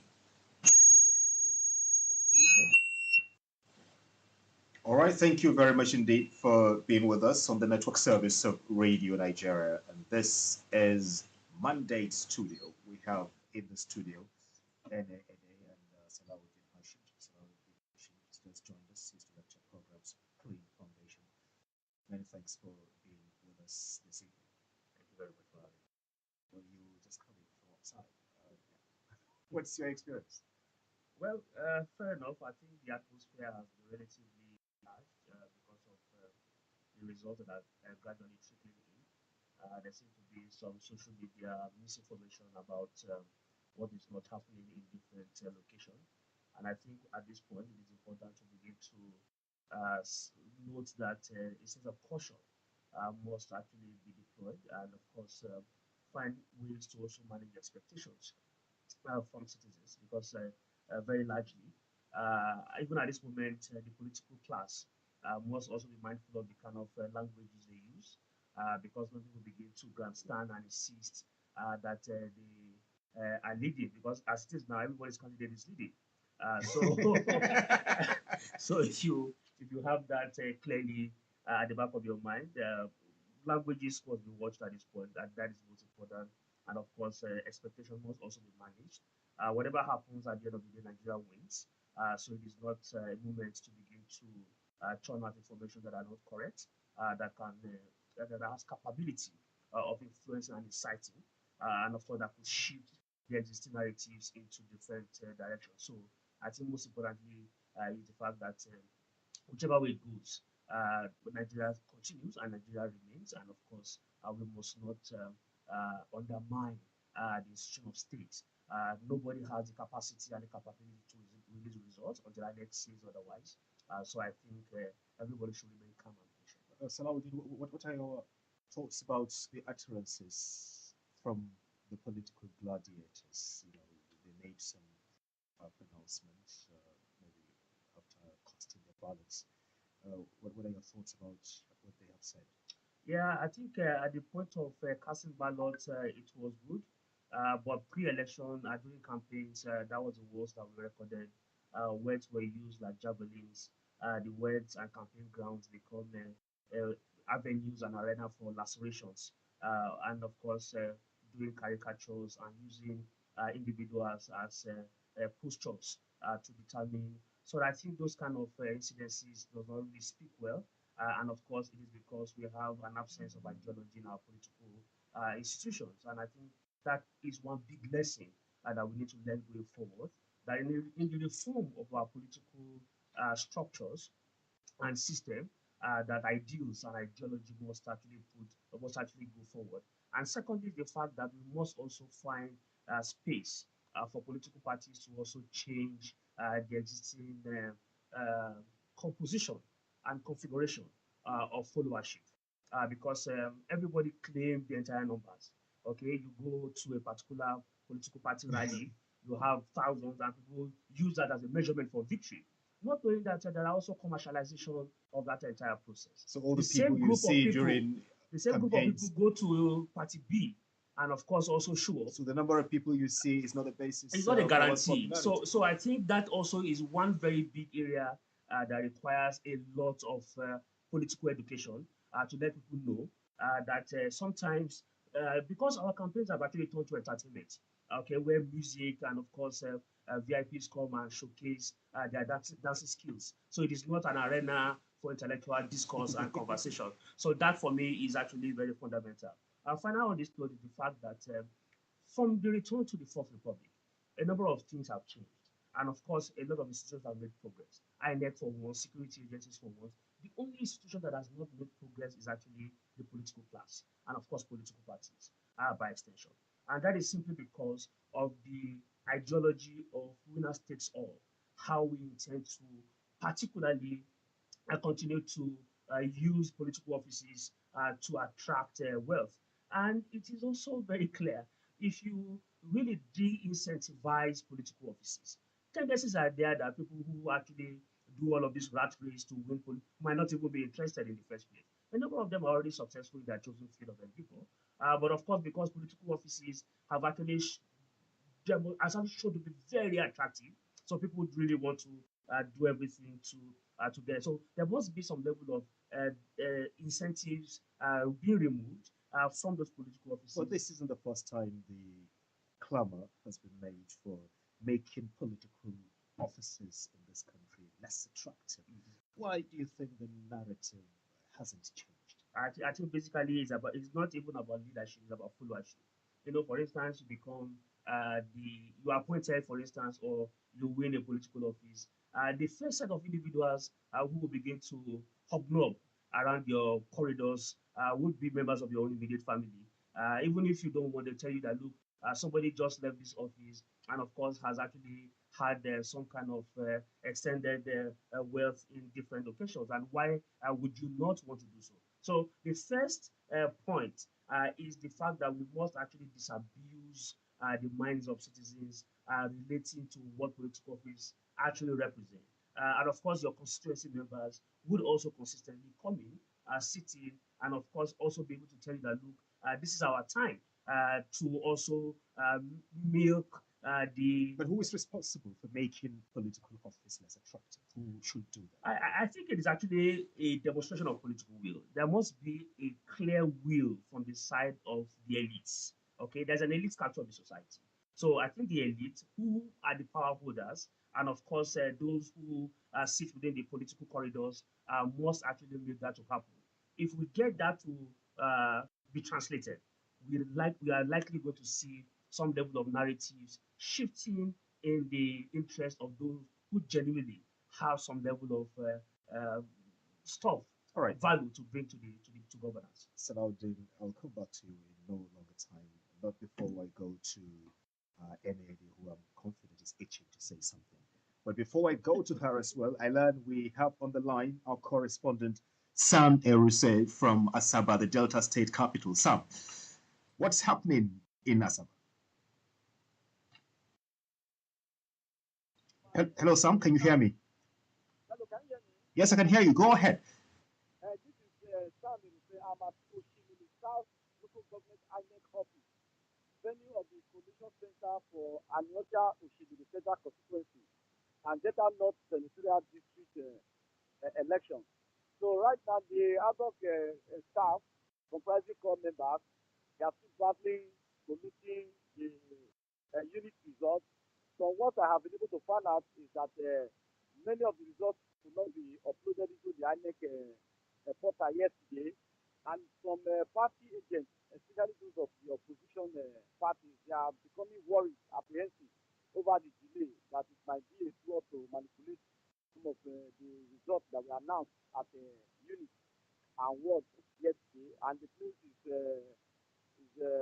has heavy security presence to forestall any maybe possible breakdown of law and order. Unlike 4 years ago, by this time, the results for that Oshimili Anyocha Federal Constituency and that of the Delta North Central District also have been out because the local governments that make up the Anyocha Oshimili Federal Constituency, there are just four, and none is riverine.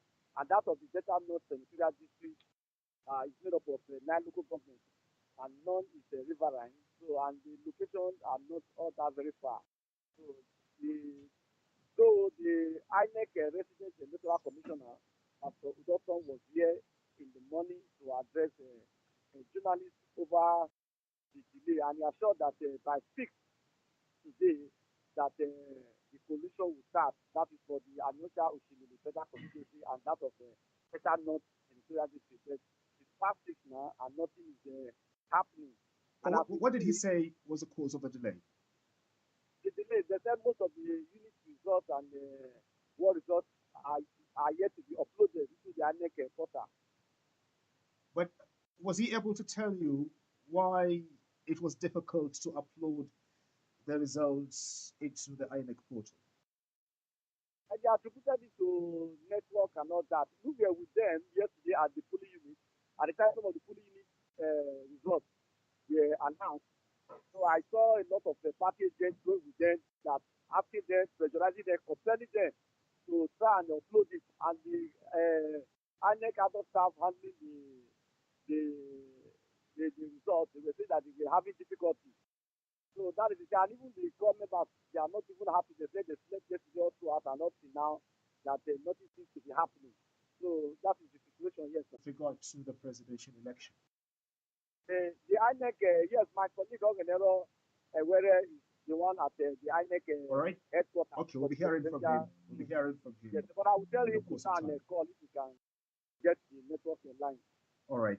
Thank you very much for talking to us, Sam. All right. So from Asaba, the Delta State capital, where we had Sam Eruse, we joined by Alamboda Tonye from Yenagoa, Bayelsa State. Well, I don't know whether you're in Yenagoa now, Alambo. Yes, I'm in the heart of Yenagoa, the city of Yenagoa, Nura. Very good evening to you. Evening to you, Alambo. So what can you tell us?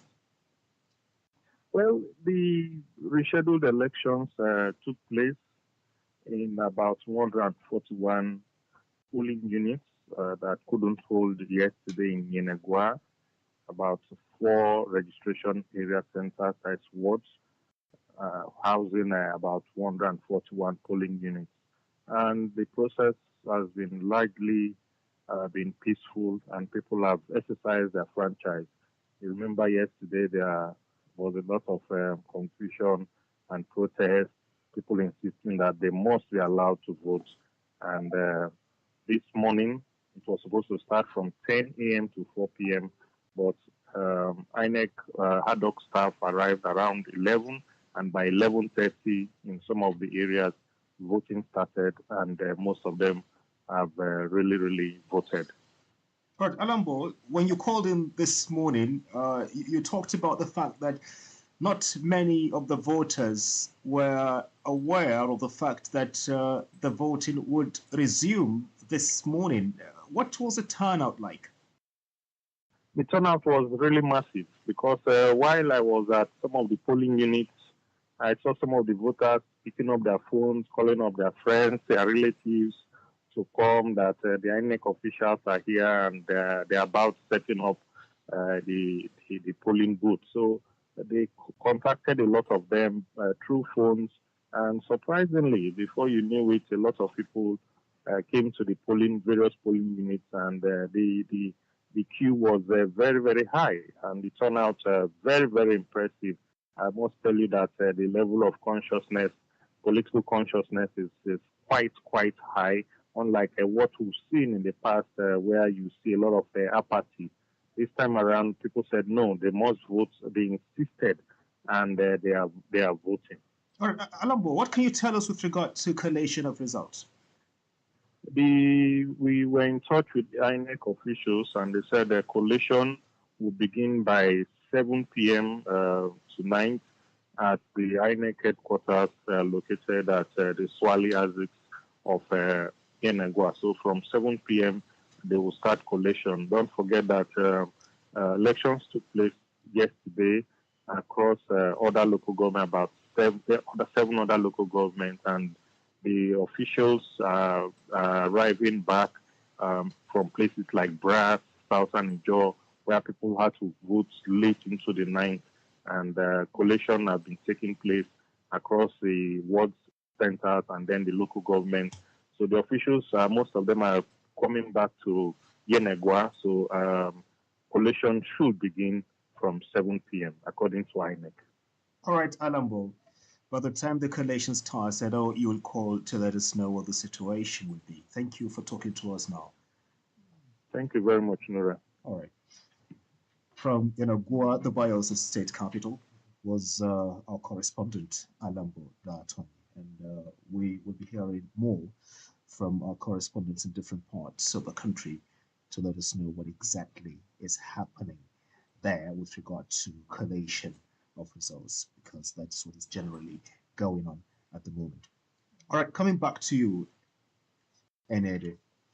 I know you are itching to say some things from the conversations we've had. You know, I was almost getting emotional listening to your two correspondents from Delta as well as Yenegua, particularly because of the history of these two places in particular in terms of electoral violence. For what happened yesterday and today, and for them to have been able to cover, and you are not hearing tension, you are not sensing tension in their voices, and also they are not experiencing, they are not expressing discouragement. We must give it to the media as a key stakeholder in the enterprise. If back to what my brother said earlier, he had talked about this certifying the political class. That is reducing the motivation that is in politics, because we know that of all the processes, of all the spaces, of all the opportunities we have in the country in terms of business, farming, teaching, journalism, and all that, the most lucrative one that is the money spinner is politics. You find somebody, which I had a classmate who was my classmate in the College of Education, Akwanga. I recall that by the time I saw him, he was not able to get a job after graduation. But somehow I got a godfather and was able to win an election to one of the parliamentary houses in Nigeria. Unfortunately, it was short-lived for him because I don't know exactly what happened. But for the 4 years that he was there, you could see how he was managing his life. And this is just one out of so many of those who use the public space for their own benefit, not to the common good. So if you look at all that is happening today, I'd like us to link it. Let us be able to link it to the gaps we have today. Why is it that an ordinary Nigerian, your reporter said the major challenge for inability of the ad hoc staff and the other pool officials to upload the result to the INEC portal, which is very critical because the network was weak.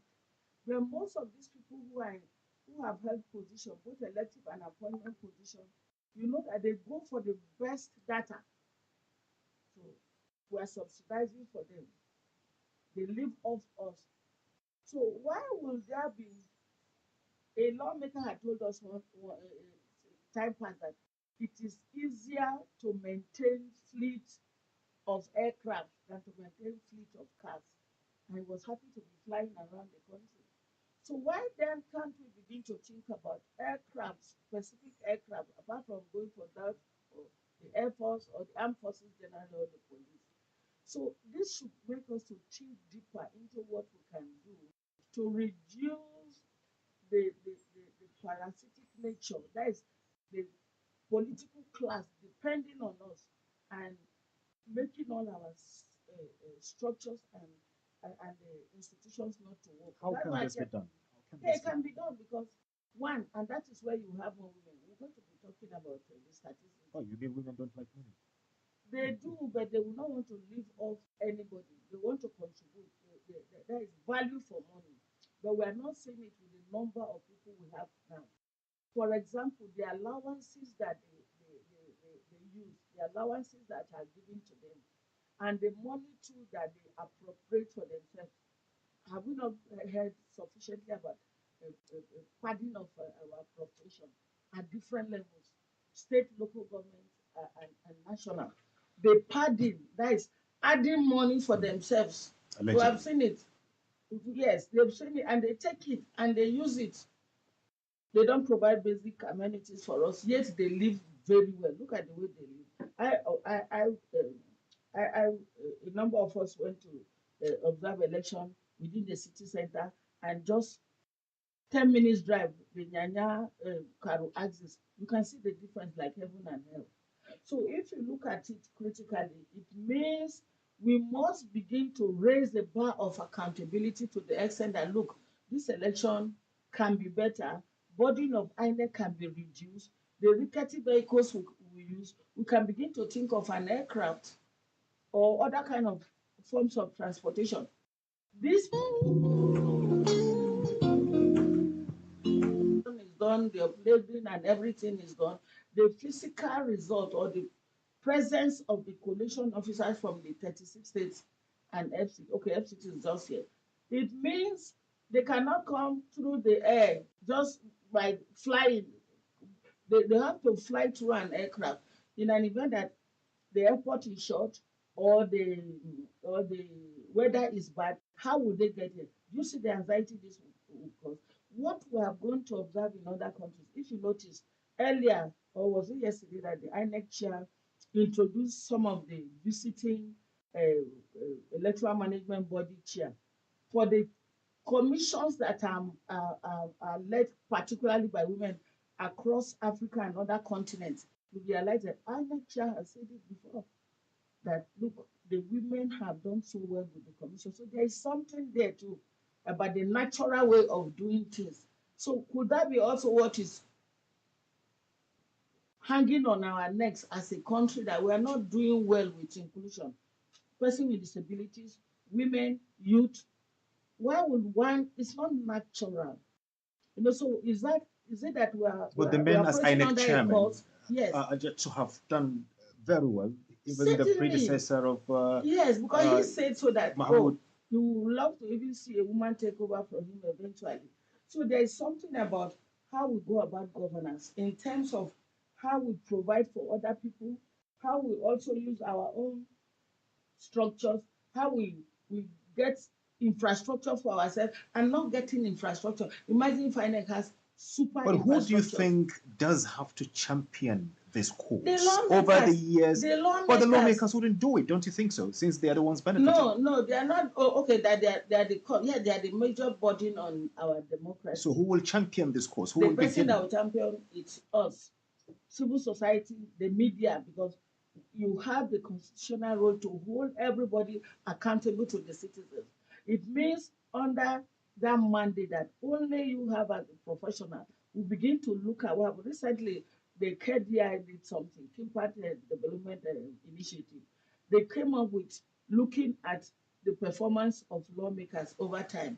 I think they are trying to look at availability, that is your physical presence, sitting down. Then how many motions have you been able to bring to the chambers? They are also looking at the number of laws and they are disaggregating it. So that will go to tell you the kind of thinking that they've been engaged with over time. It will tell you whether they are thinking about the people. So if we set a standard, a template for holding them accountable, what we are seeing today will not. So we'll be able to save the money they use for their own good, to be able to use for their own pleasure, not for a necessity, not scholarship. Many of them don't even have constituency offices. So they will not even be able to say, okay, if INEC has a challenge, where do we fall? What do we fall back on? So you don't even have a structured constituency office. I've seen many women talk about how they want the constituency offices to be very solid, providing for the people, engaging. So there's a fundamental problem that we must Well, look at. you seem to be very much passionate about inclusion. You really would want to see No, women everybody taking should, part because we are on our in the knees. politics of this country, in the Yeah. governance of this country. Yeah. But why are you not going into it? Why are you not participating? Why? Yeah. What are the obstacles? Okay. One of the obstacles is that you see, where I come from, I attempted in 2019, left my good job. I was earning above 1 million naira per month apart from my allowances when I was working for international organization. I said, what the hell is happening? Can we just see what is happening? It was then, you see, many of those of us in civil society, a number of them don't know what is obtainable. The political process of Nigeria is the most complex in the whole world. Abandoned my job, went into the context, a political party that was supposed to be the third force. I tell you what I saw was a big shock. What did you say? I thought I knew much already, and I had the skills and I had the social capital to be able to succeed. As I speak to you, the campaign that was to be flagged off never was flagged off. The money that was given to us to flag off our campaign, I've not seen the money. We'll leave the details for another time. Generally, the fraud involved in the process, political process in Nigeria, political parties, contestants, political gladiators is huge. And unfortunately, many of those of us in civil society, majority don't understand the intricacies to be able to hold them accountable. If we understand, a few of us who contested, we now understand. If not that we had an effective INEC. But who gave the money for campaigns? Well, that too is a lot of problem because I know a lot of money was allocated, money was contributed from here and there. We were given huge amount of money, which I never saw, but I know money was released by our presidential candidate, and I never saw the money. So there are a lot of things that are not. But should money be involved? I thought it was all No, about you service. need money for that. Why even the Electoral Act specifies the ceiling. So for logistics in every Well, you way. think it was the men that made away with the money?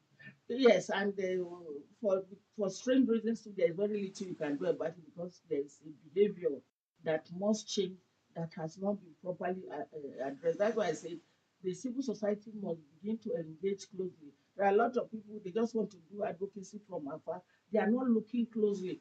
Go to political parties and But ask don't them, you bring think your even the women documents. themselves are not helping one another? I remember our mother, Sarah Jubril, once contested an election, and she bought it for herself alone. Yeah, she There will were a vote lot for of women herself. there, and they didn't Yeah. even vote for her. Yeah, they couldn't have voted because I was her media director, but I wasn't a card carrying member of the PDP. The DG wasn't a card carrying member.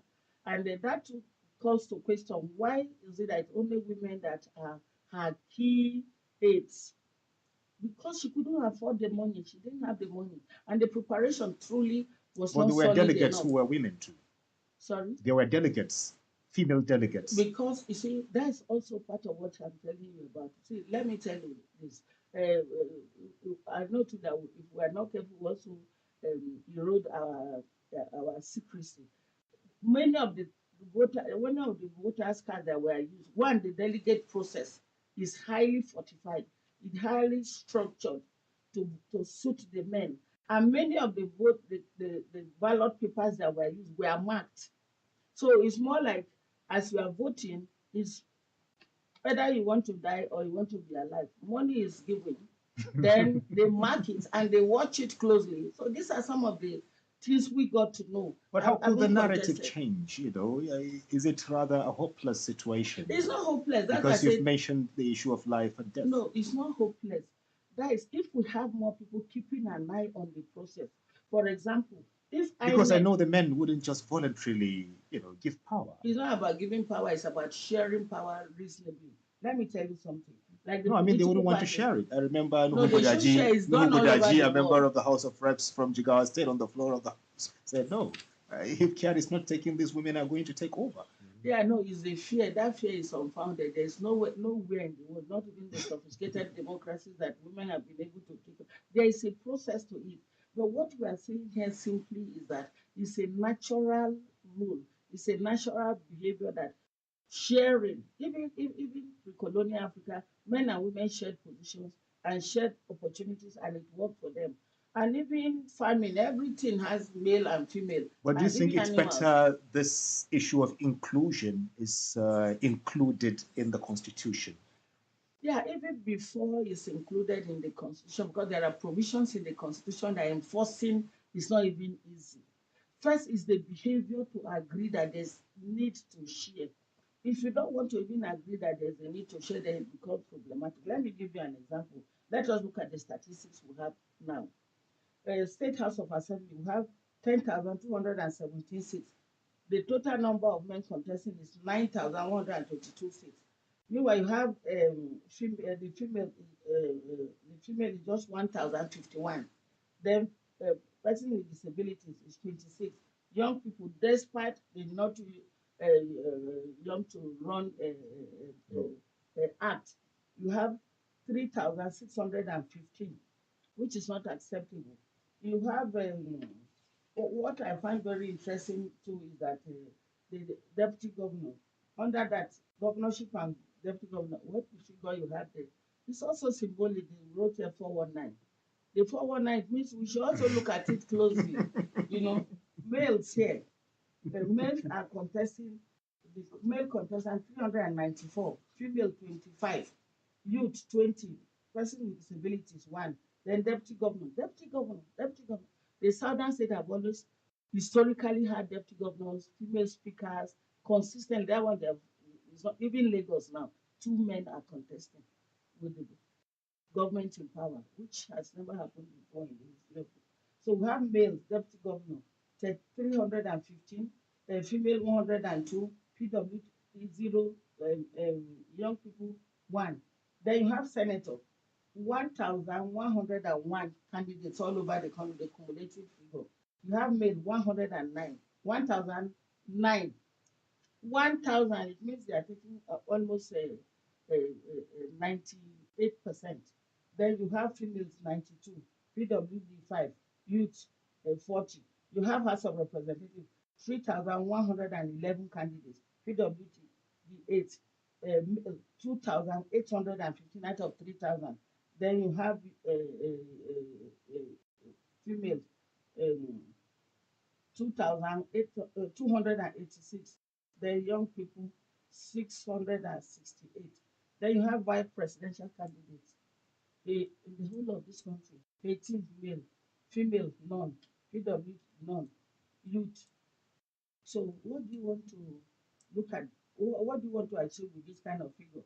Then presidential, we had one female presidential candidate initially. I'm sure you heard what happened to her. She was removed and replaced by a man. So how do we want to come out of this as a country? What are we projecting? The figures are not good. So if we are able to make these figures more positive, it will definitely impact on the generality of all we are looking at.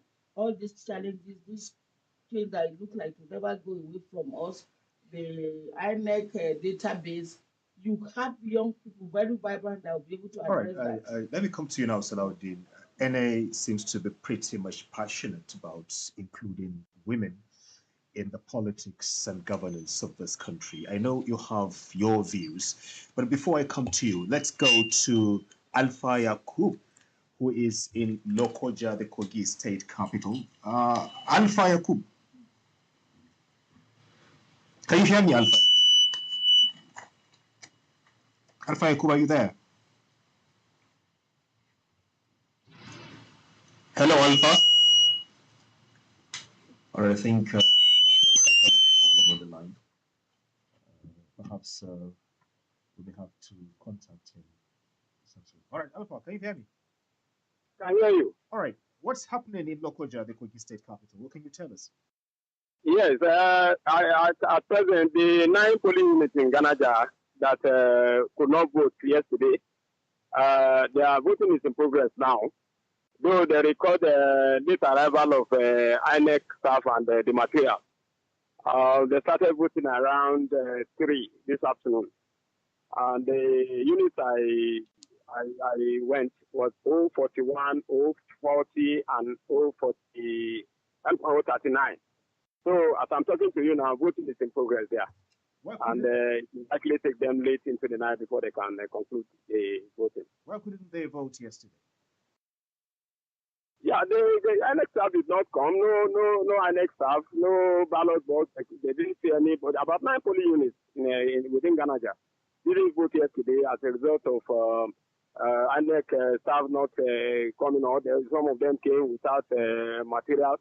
Even this afternoon, there was a polling unit, 040. The INEC staff came. They said they have the result sheet. So it took them a long time before they could rectify the situation. But as I'm talking to you now, voting is in progress in all the 3 polling units. Alpha, what can you tell us with regard to collation of results? Yeah, most polling units within Kogi State. Collation of results is almost ended. Stella that went to Anspa Lamaboro reported that collation has been concluded. And even Shegun Yenibi from West, Kogi West, also told me that collation in some of the polling units has been concluded. Also in Ayangba, John Taruna reported like that. So apparently, almost all the polling units within Kogi State, collation has been concluded. But there are some, like I told you, that of Ganaja, which the voting is in progress now. We cannot say everything has been concluded. So we're waiting for those results to have the announcements of winners of the differences contested. I'll keep it posted, Nora. All right, there have been stories of violence in some parts of Kogi State. Yes. What's the situation at the moment? No, that was yesterday. As of today, nothing, no problem, no issue of violence again. That happened during the casting of votes yesterday. But as I'm talking to you now, the security men, they are up to it. The situation is calm, even in Kogi Central and East. Everything is okay. All right, we can't wait to hear from you by the time announcement of results is. Okay. Thank you, Noah. Thank you. That was Alpha Yakub from Kogi State correspondent there. Let me come back to you, Salahuddin. You heard any on the issue of inclusion of women in politics and governance. What are your thoughts? Yeah, fundamentally, I think inclusion is not something you can wish away. It is actually very structural, and it is progressive democracies have actually used inclusion as part of catalyst for national development. Like you said, you must have to do it. For instance, in the Ninth Assembly, in the Senate, 109 senators, you have about 5.6% of women representation, and of course, in the House of Reps, you have just 6.5% women representation, and that is a fundamental flaw in the representation charter. And of course, for me also is the fact that we have a national gender policy. The gender policy also stipulates very clearly the representation of inclusion and the number that must be. And of course, I think even the primary serial offender in that policy also are the government themselves, because even at the point of appointment, we don't see that 35% affirmative inclusion across board in any way. So that for me is an issue that we need to put together. For you to promote an egalitarian society, you must indeed begin to find some kind of mainstreaming for women to be able to also engage very constructively. But unfortunately, we have quite a number of reasons why that isn't happening. Cultural barriers, for instance, social barriers, and of course, even finance, for instance, because of the level and the kind of money. If you look at it generally on the widespread, women are not don't have the kind of financial capacity or capability just like their male counterparts. That is a fundamental situation. But some political parties took some deliberate step to say, okay, for women who are either going to show some level of expression or of interest, that they would actually bring down for them the cost of expression and, of course, the cost for form. So it suggested that they actually took some step forward. But unfortunately, the culture of politics in Nigeria does not provide that opportunity for women to be part of it. For instance, holding very decisive meetings in the middle of the night, where you know too well that we also have some kind of African cultural, Afrocentric, communal approaches to families, where a man, for instance, might not be entirely favorably disposed to having his wife living and attending meeting in those kind of wee hours. So those kind of barriers have become very structural, and they are consistently inhibiting women participation. And when she was speaking, she also mentioned the fact that she referenced Shara Jibril, and I just laughed within myself, and I said I doubt if Shara Jibril actually voted herself, because that one vote could have actually come from somebody else. And that for me tells us very clearly the fact that there is also a need for some level of psychological session, okay, for women participation, because you need to continue to let them understand that look, they are also able to do it.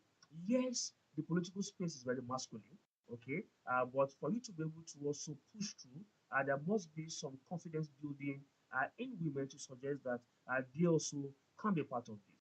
And my question would be, what would then be the different nuance they want to bring to the table? One of the different nuances they want to bring to the table might be level of agenda setting. What are the new agendas? What do they want to do differently? Because I tell you, a lot of the time, if they bring some kind of knowledge economy on the table as part of constructive engagement to changing the existing narratives, maybe there will be some level of new force, just like we are seeing in movement across board today. So for me, I think that is very fundamental.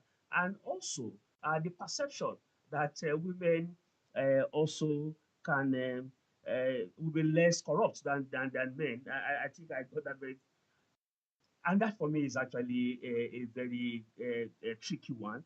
Because of course, in our local palace, it is always said that what a woman can do, what a man can do, a woman can. We saw the case of Diazani, and of course, the kind of very huge amount that went down the drain in the part of. But most importantly, is that What has she been convicted? we must consistently put to the table the fact that women have this very strong empathy in terms of how they actually approach issues, in terms of how they manage situations, in terms of how they look at issues more differently. Even within our own smaller units within the families, we have seen how they look at issues in a more dynamic way. And of course, and those multidimensional approaches they bring to the table for me is very fundamental. But I think we have missed an opportunity in this particular era to have actually projected women the more. That is one. Two, we have also missed an opportunity to have actually put agenda. What was the social contract, for instance, that women have signed with candidates that are currently going to be announced in a couple of days in terms of inclusion, in terms of participation? We have not seen that constructively. And unfortunately, our political arena has turned to some sort of jamborees.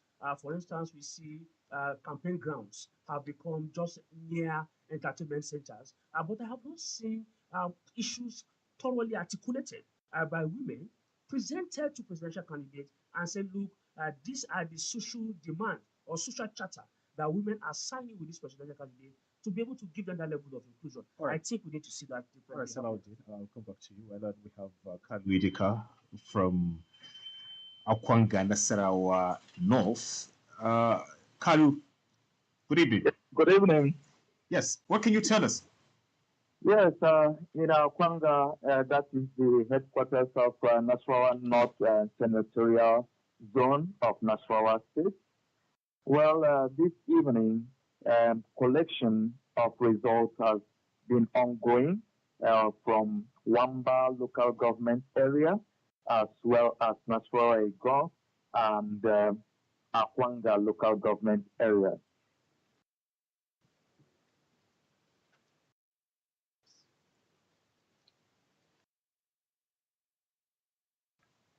Can you hear me? Yes, Kalu, I can hear you. Yes. You said collection of results is ongoing. Yes. I said from Akwanga, that is the headquarters of National North Senatorial Zone, Nasarawa State. And the returning officer for Wamba local government has already presented the results for the Senatorial House of Representatives. And that of Akwanga local government started presenting its results. Along the line, it was observed that there were little discrepancies he was asked to go and make all the necessary corrections before announcing the results. The third local government, that is Nasrawa Egon local government, because of the late arrival of materials yesterday, the voting process continued today, and the votes are still being awaited for their collection that is in Akwanga. So for now, so far, it is only Wamba local government. The returning officer has announced the results for Senate and House of Representatives. Okay, but no winners have been announced yet, right? No winner has been announced. Okay, Kalu Idika, thank you very much for talking to us. Being signaled that we have to join the National Collation Center. That's ready at the moment. We'll be back to the studio thereafter. Thank you very much. Thank you. Good evening, Nigeria. We are at the International Conference Center where the results from states is holding, and the INEC chairman, Professor Mahmoud Yakubu, Okay, Your Excellency. is already seated.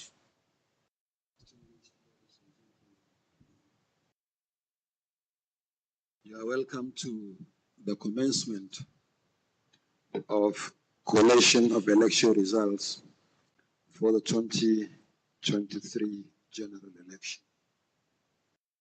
As I said in my statement, at the opening of the collation center this afternoon, we will be taking the state collation officers for the presidential election, accompanied by the resident electoral commissioners. There is a seat on my left, and there are two chairs there. One is for the REC, the other one is for the state collation officer for the presidential election. I understand that we have the results for Ekiti State.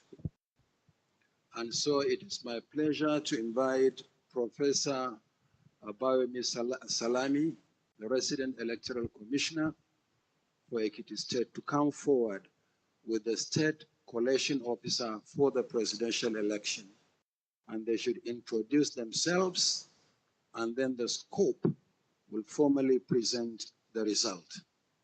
As he is presenting, we'll also project the result on the screens in this hall. We requested them to send the result on a secure email based on what transpired at the polling units as collated at ward level, local government level, and state level. So you will all follow with us the collation as announced by the state collation officer for the presidential election. So why the REC Ekiti State? Professor Yakubu Mahmoud.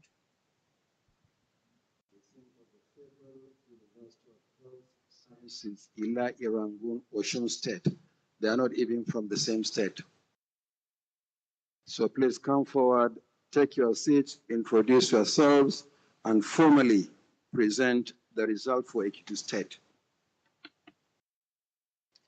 The first to take the seat for the presentation of states results is Ekiti State. So Abayomi Salami, Presidential Electoral Commissioner. Resident Electoral Commissioner. State. Speak to the microphone. Introduce yourself and let the scope introduce himself before the result is presented. Thank you, sir. I am Professor Ayobami Salami, the resident electoral commissioner for Ekiti State. And with me is the collation officer for the state.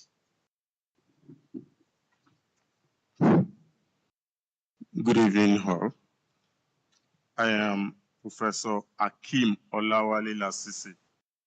I am the Vice Chancellor of the Federal University of Earth Sciences, Ilorin in Osun State, and I am the Presidential Coalition Officer for Ekiti State.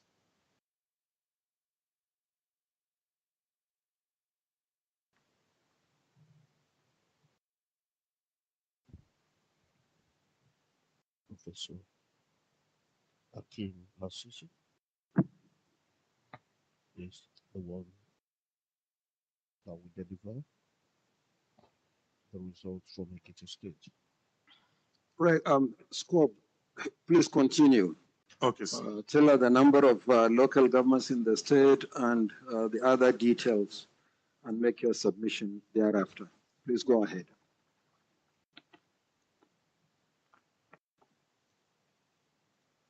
Ekiti State has 16 local governments with total number of registered voters, 987,647.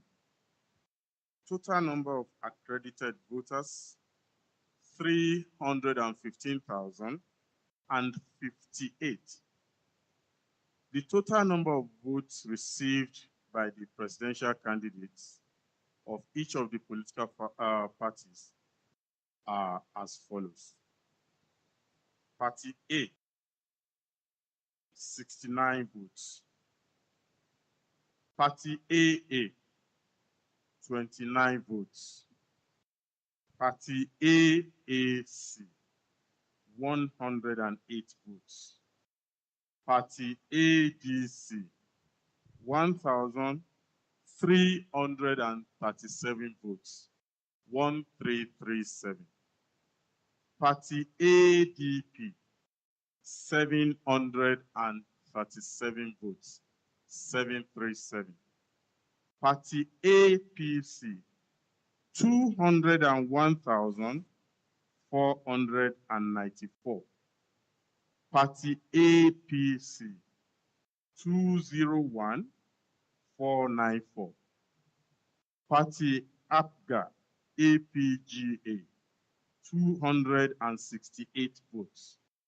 Party APM, 46 votes. Party APP, 91 votes. Party BP, 46 votes. Party LP, 11,397 votes. Party LP, 11,397. Party NNPP, 264 votes. Party NRM, 131 votes. Party PDP, 89,554 votes. Party PDP, 89,554 votes. Party PRP, 48 votes. Party SDP, 2,011 votes. Party SDP, 2011. Party YPP, 81 votes. Party ZLP, 460 votes.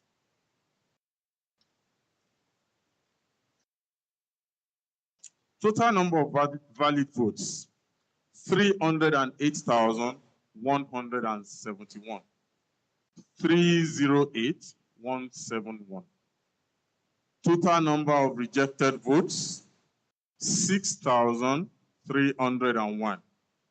Total number of rejected votes, 6,301. Total votes cast, 314,472. Total votes cast, 314,472.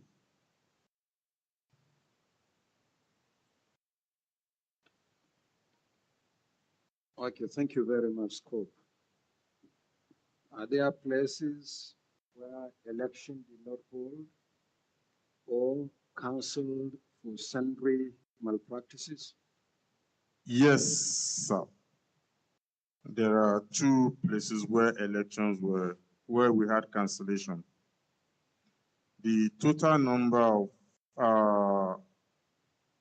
registered voters in the polling unit is 1,786.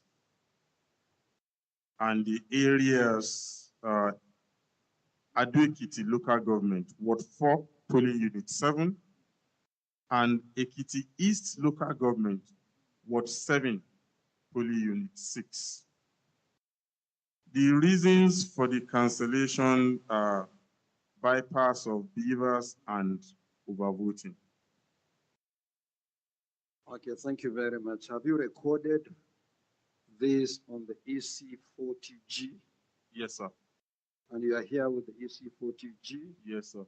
As well as the EC8D? Yes, sir. Okay. Party agents, any comments, any observations on the presentation? Okay, State Coalition Officer, please present the original results to me. Okay, sorry.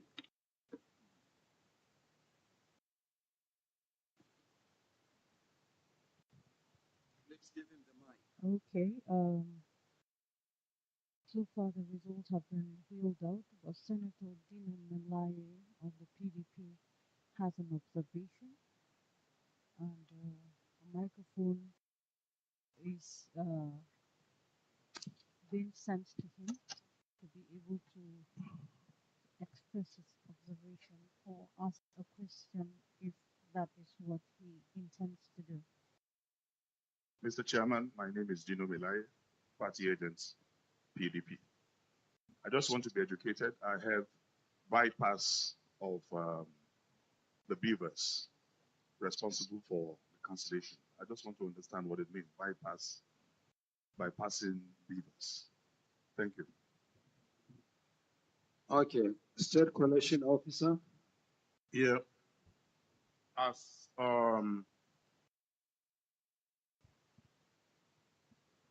reported from the local government, there was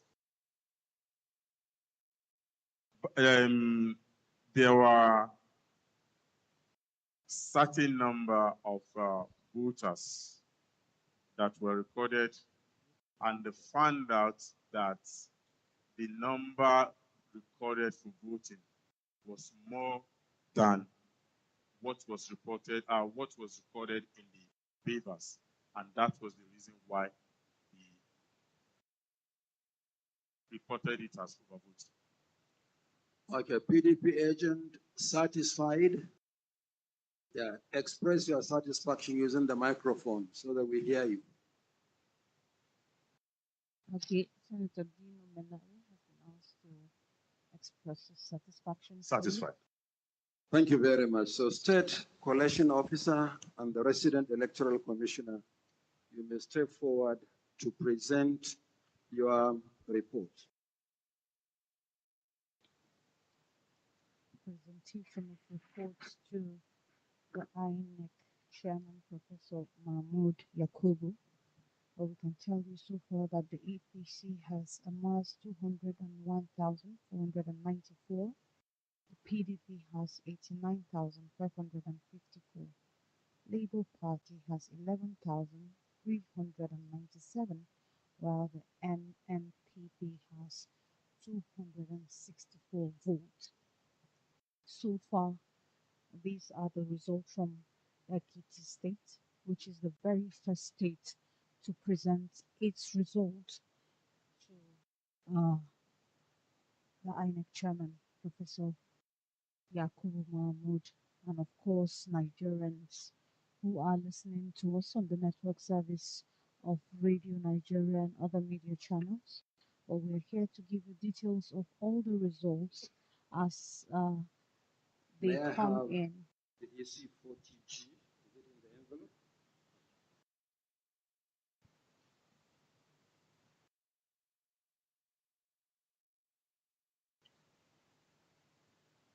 The state collation officer of Ekiti State, um, resident electoral commissioner, Professor Ayobami Salami, and Okay, thank you coalition very much. officer for that state, Professor Akin Lasisi, have presented their documents to the INEC chairman. The result for Ekiti State duly considered and taken. Collation Secretariat, do we have any more state collection officers and vice chancellors on the queue?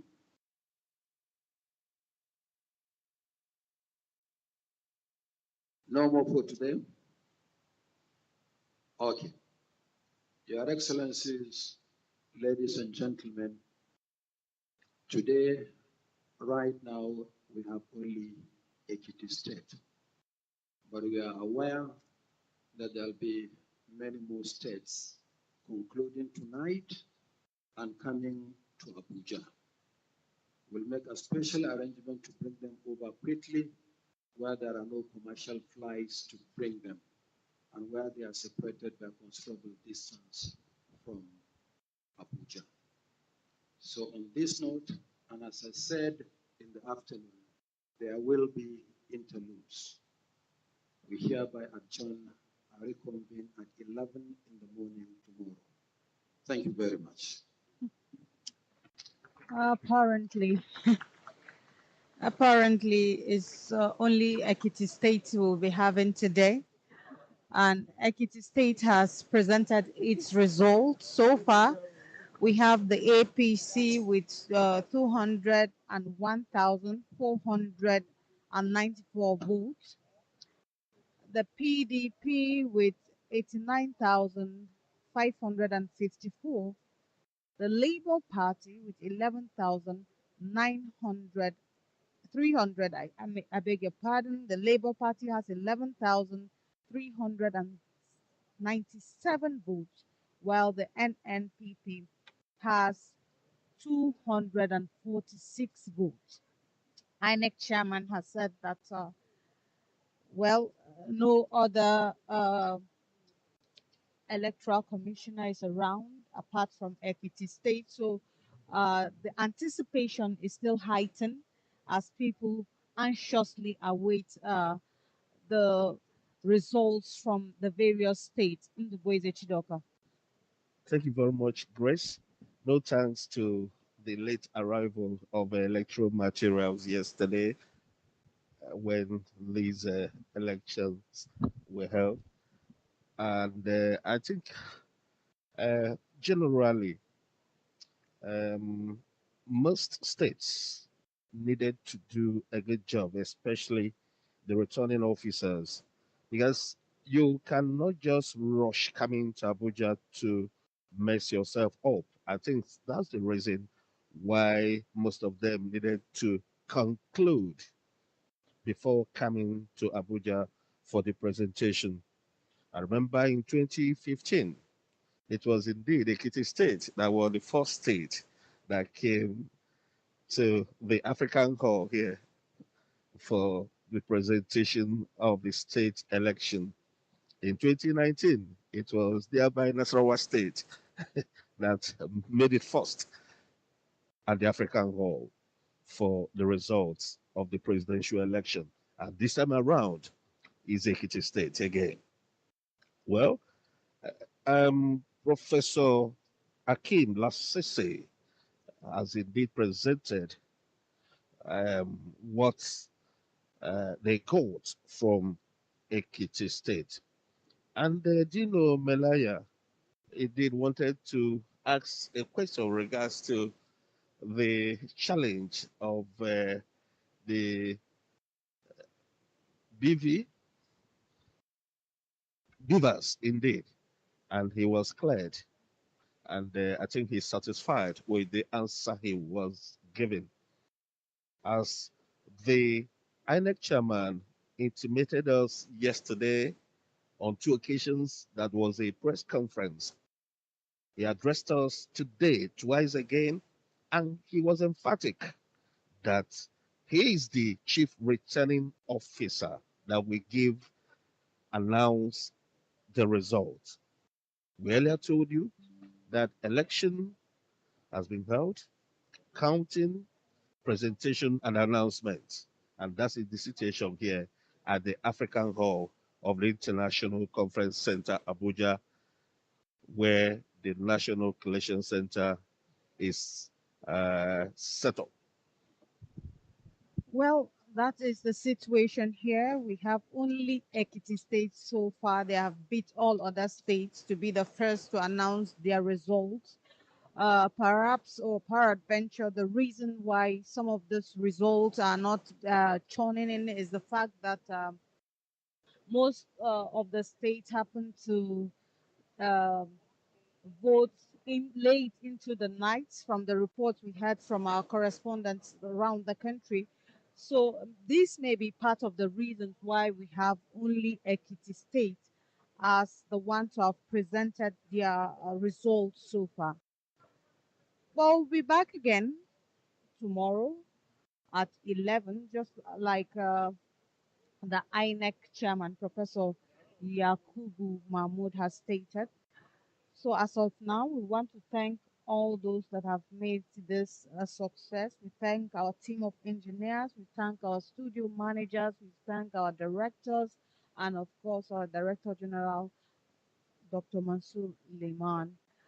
I am Grace Ilya. I have been working with Ndubweze Chidoka, Friday Emmanuel, and of course Ogochukwu Okoronko. We have been on the ground from the beginning. I'll be here right to the end to bring you all the details from this end. Join us again tomorrow at 11 or probably before that. We now return you back to the studios. Good evening.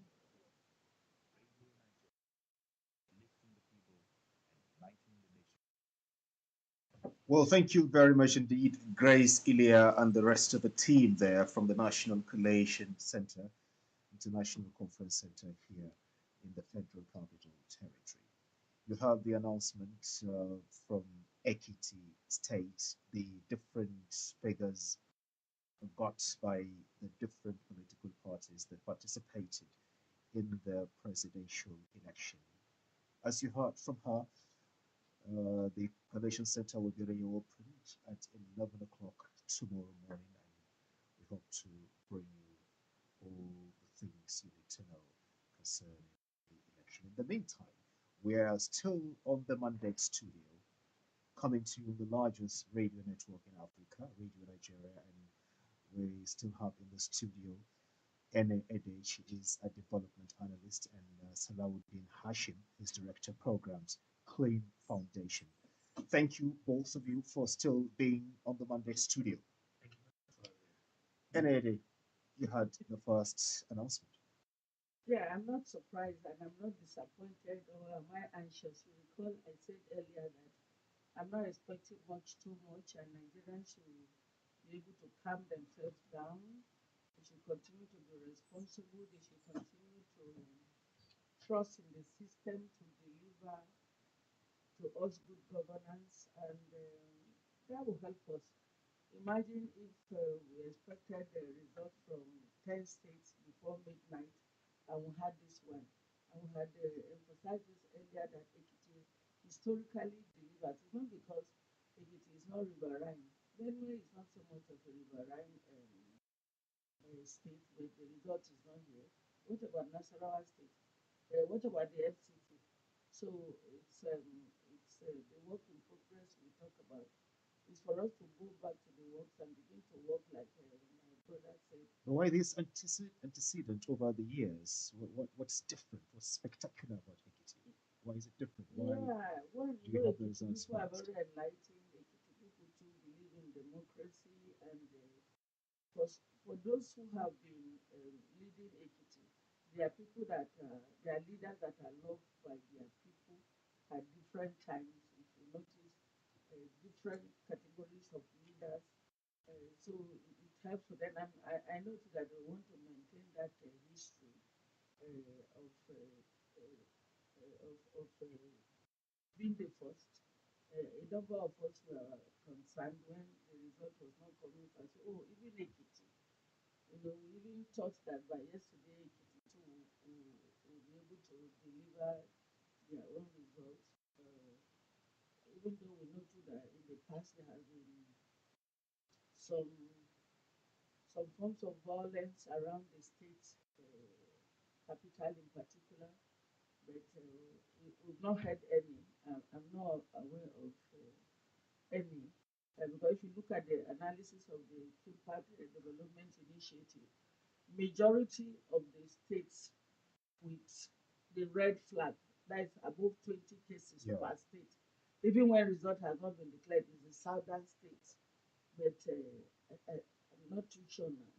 We'll be so busy, we've not really had enough sleep. So we'll be able to look at that more closely. I will share with the studio so that we can look at the share of the incidences of violence.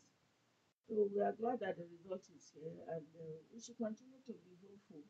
But we should see the result of the FCT. FCT is a small, just 6 area council, and they are not the farthest area council is Abaji, and I don't think we should have problem with the collation with all that. So for even those who are still voting, or those whose results are still being collated, let us demonstrate that we are patriotic and that the voters will not be disenfranchised, the voters will be encouraged, and all of us working in this sector that have sleepless nights, let us be able to see how we get reward, get value for the time we have sacrificed. Above all, let us also, going forward, to be able to see what we can do in terms of looking at the enormous mental and emotional trauma that come with the engagement in this space, the anxiety, the uncertainty, the fear, the suspicion. So we must train people sufficiently to manage that within the context of addressing the challenges we have identified. Even before the 2027 election, let's use the obstacle, and for now, before the result is addressed, before the announcement of results, between now and tomorrow, let's begin to manage the information highway so that we are not sharing dangerous information. Oh, they want to cook up results. I'm glad that Nigerians have been so enlightened that they are rising above the place that leaders have kept them. So it's a good thing that we are more enlightened, we are getting more educated, and we're getting more united against those who have been seen historically as the oppressors. So I think it's a good time for us as Nigerians to be hopeful that the best will come. All right, I'll come back to you. Salahuddin, after the long wait, Ekiti has announced its results for the presidential election. Yeah, basically, like she mentioned, it is actually a very passionate state, very progressive, and of course, has shown some level of capability in terms of delivery within time, scope, and of course, quality. And of course, if you go through the down this history lane, you will also realize that the state itself has had its own fair share of electoral challenges. Of course, remember 2014 when you had incidences of security agencies stopping certain progressive governors from accessing the state, those who were coming from Akure to also support a candidate. And of course, we had security agencies at that time who also demonstrated some level of compromise. But one thing that is very clear is the fact that we have been very significant progress. And I must thank INEC chairman for his very strong resilience and of course some reforms that he had brought. And just like Ene had mentioned, I think there is actually no need to worry. IRM is actually there, and I think a lot of Nigerians are following results from that platform. So unlike in the past where you think anything happened in transit, as a matter of fact, if anything happened to anybody in transit, it would be inconsequential as it is because already the result would have actually been there. All you need to do is just to bring what you have physically, just to be sure that it is actually speaking to the results on RF portal. But of course, the state has actually demonstrated that very quick dispatch in terms of communicating results. So I think we need to give it to them. And of course, in terms of making progress and of course institutionalizing reforms and how we have actually come this far, it is actually a function of willpower and of course how we have yielded to ensuring that we're actually entrenching democracy in our country. I particularly like the demeanor of the chairman, the composure. You see that he's actually somebody who knows very clearly that quite a whole lot had gone into the entire process. The best was given, and of course, the best devices was also dispatched. The best personnel, the entire process of recruitment is one area that I thought also requires some kind of additional value in the future, because obviously there seems to be some level of capacity gap in the individuals who handle the beavers, because we saw places where people couldn't just handle all of those things. So those areas we need to see some level of additional progression as we go into the future. But basically, I think this is just 1/30, 36, 35. So we hope that by the time others come in, that level of satisfaction that we see would also be the same as every other person. Yeah, 36 because with the federal 36 with the capital. federal capital. Because obviously, this is the time where apprehension is high.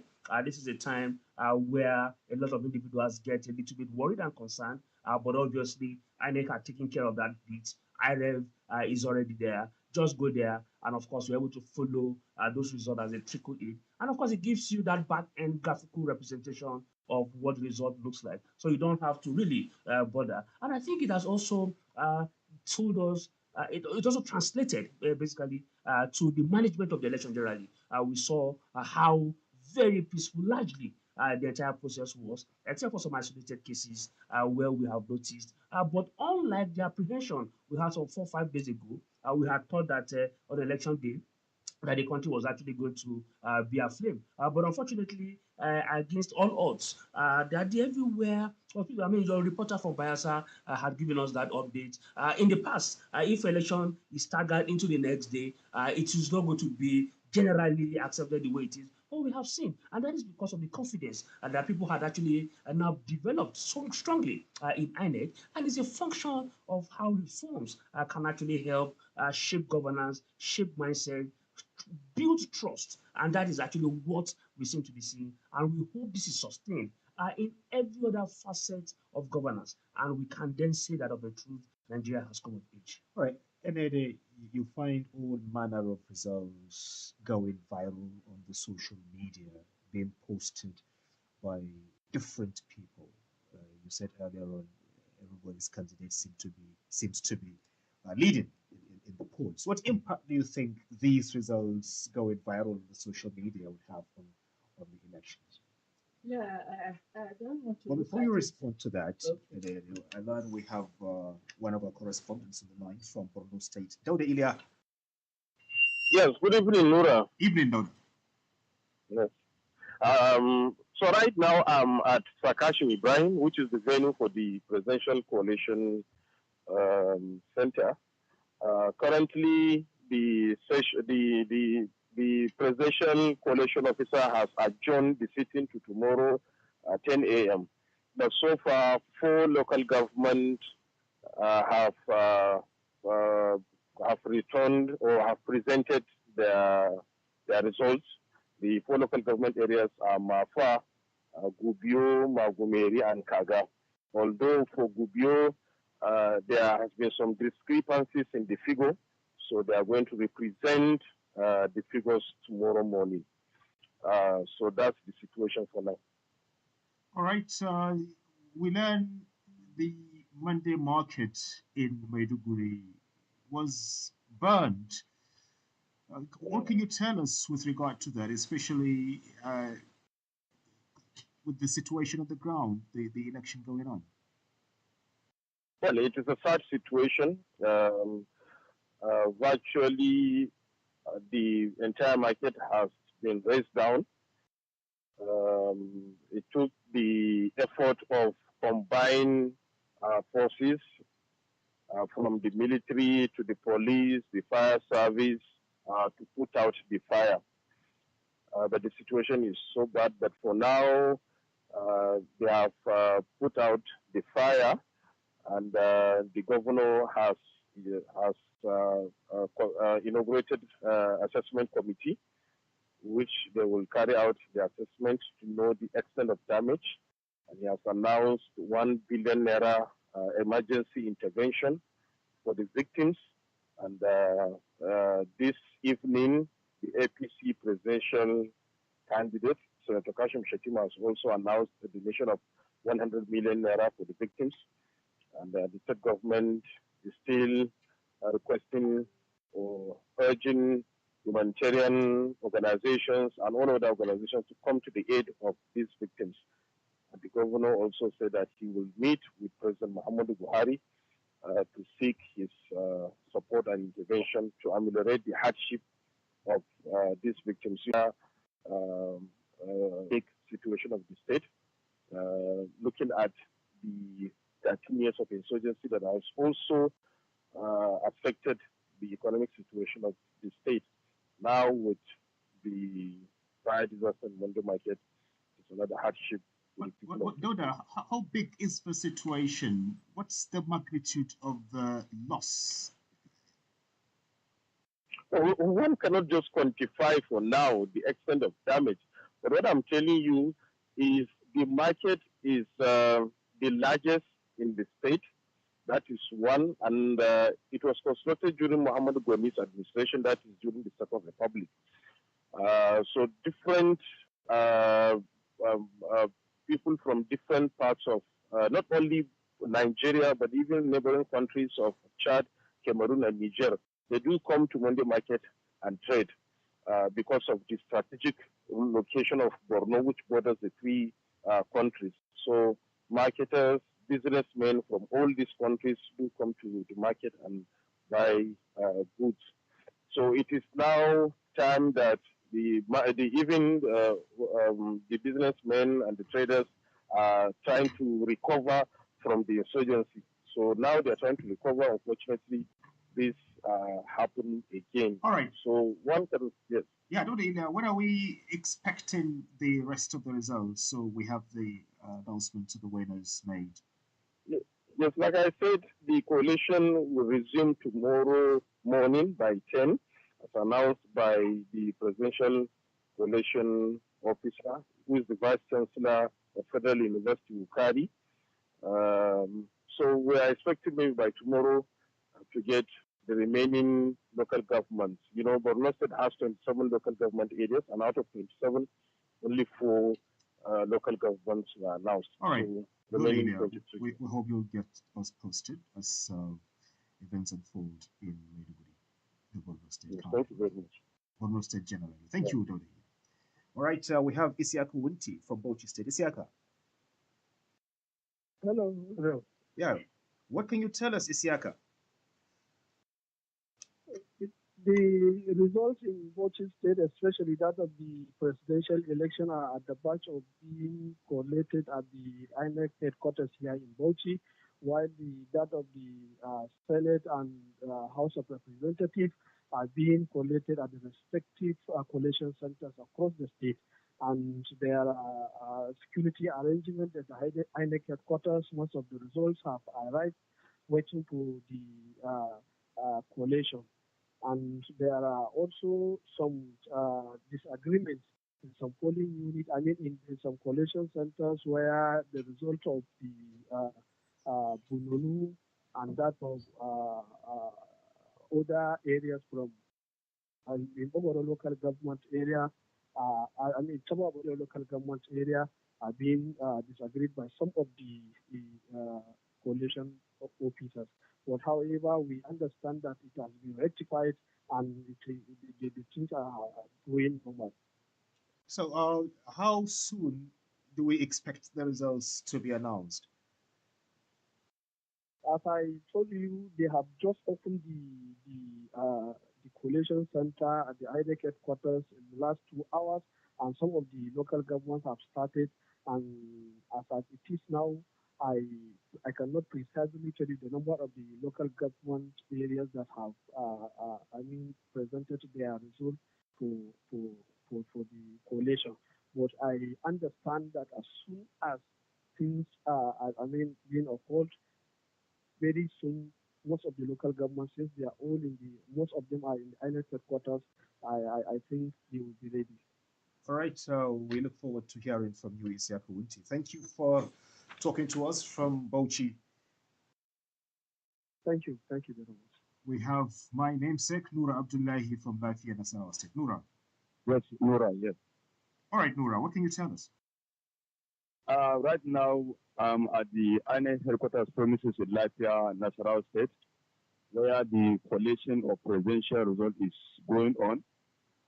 The rep is there. He presented a speech to the stakeholders, party agents, security agencies, and agents, and what have you.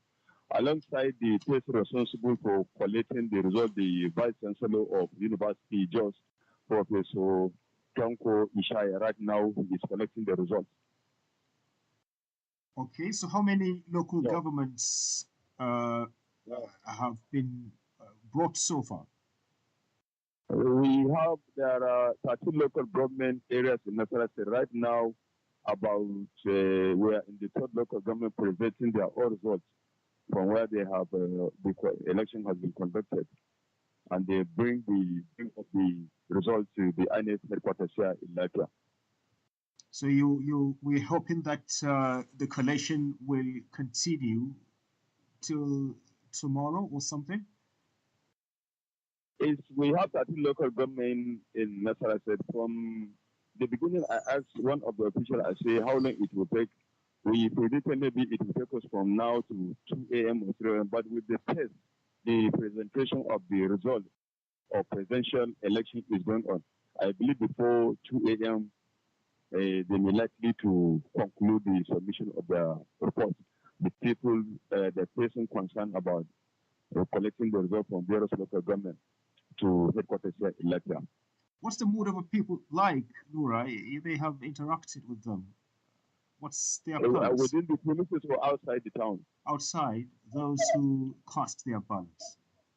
Yes, from outside the town, we discovered that the people are in peaceful atmosphere, which means all the people that elected their various candidates of their choice, they are eager to hear the results. Before coming to INEC office, I went where they are presenting the results at Ibrahim Abata Youth Center. Also there, it has been mined by security agents, but there is no any chaos, there is no any problem. People are obeying the law and order as usual. All right, thank you very much, Noura, and we hope you will keep us posted. You're welcome.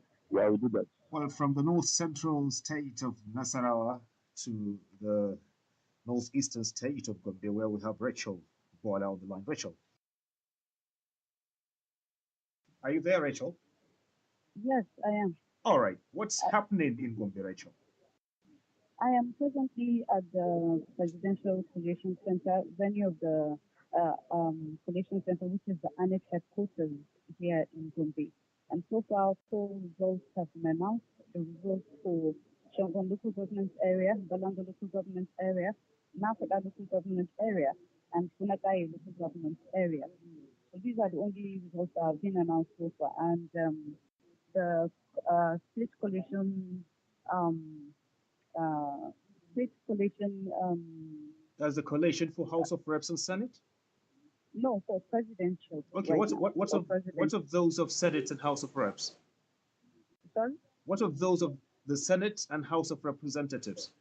Well, they've not come in yet. They've not been announced yet so far. Just the ones for the presidential that I have with me. Okay. So what's the mood of the people like? Well, expectation, have very high expectations, you know. Everyone is just waiting. There's heavy security everywhere, and it's really a good mood. Everybody is calm, surprisingly. Everybody is very, very calm. But from the look of waiting for the outcome. All right, from the look of things, Rachel, how soon do you think the final results will be announced? Well, I wouldn't know because results are coming in a bit slow. We've been at the all the collation centers at the Central District, but the results are coming in very slow, so we have to rush down to the presidential that's the INEC headquarters to see if there are any results. So when we came in, this was all ones that were announced. Right now, we're all waiting. Everyone is calm. Everyone is around, and we're waiting for the results. All right, thank you for So, talking to so as us. soon as they come in, I'll let you know. So Thank far, you. it's just four. All Yeah, right, thank you, Rachel. you're welcome. Thank you. That was our correspondent in Gombe, Rachel Buana. All right, let's come back to our guests in the studio. We still have Ene Ede, a development analyst and director of programs, Plain Foundation, Salawuddin Hashim. Thank you for still being with us. I was asking, I asked Ene the issue of what were you talking about? Yeah, you asked about you asked about the results announced so far. What Yes, do I yes, think yes, yes, about yes. it?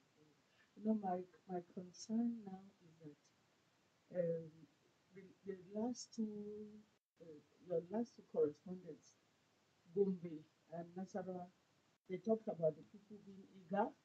They also talked about the people being they talk about high expectation. What I'm sensing is that let's go back to the earlier when the National Collation Center now. It's not yet 8 o'clock. The collation is being postponed. Is it postponed now or shifted till the collation is to resume by 11 a.m. So if you calculate now, it's like 14 hours from now. So a lot of people will be wondering why do you have to, with the kind of anxiety and with the kind of caution and the kind of patriotism that the ordinary citizens who have gone through perhaps the worst of electoral process, especially for first-time voters who never had this experience before. So you'll be wondering, with the sacrifices they have made, if you ask them to wait for another about 14 more hours to get the results, wouldn't that make them to be suspicious? So how do we want to manage it? I'm interested in how, as a strategic communicator, somebody who believes in communication that will change behavior, I'm interested in how people will manage it. If you look at the one in Nasarawa too, even is it KB, you notice that in that place too, you are the, the collation center at the state level is to resume at 10 a.m. Why can't it resume earlier? Because the understanding is that the collation will continue.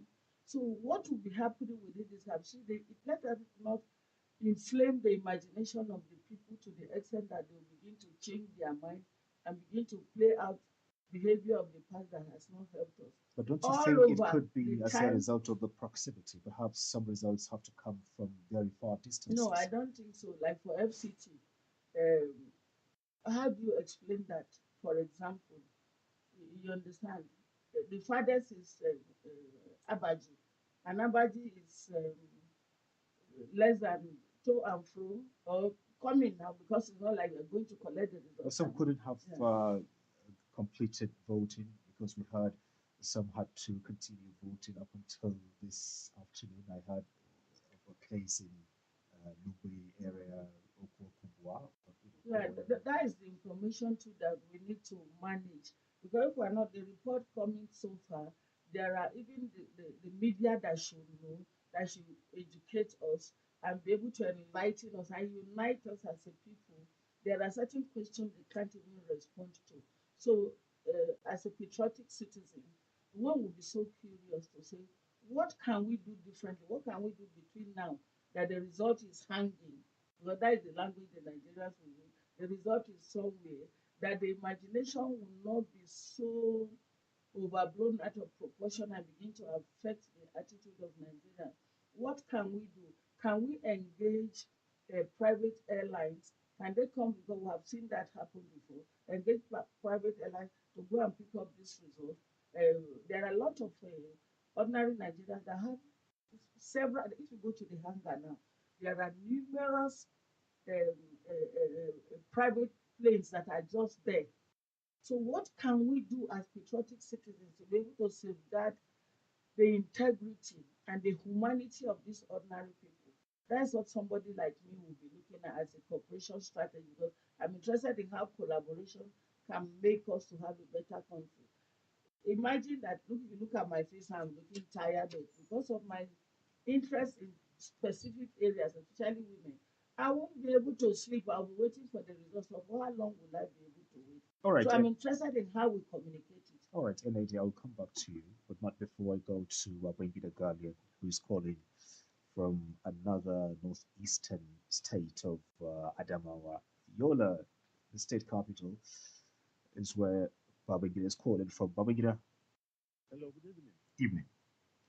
Yes, right now I'm at the headquarters of the INEC, where is the venue for the collation of the presidential result in the Adamawa state. Okay, what's happening there? Well, right now the security officials are busy trooping in, while the resident electoral commissioner, in person of Barrister Hudu Yunus Ari, made a press briefing not long ago, confirming that collation in Adamawa State will start by 8:30 exactly.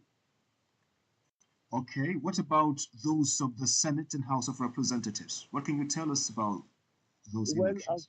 as of the time of his briefing, we have only 7 local governments that arrived to the headquarters with their results.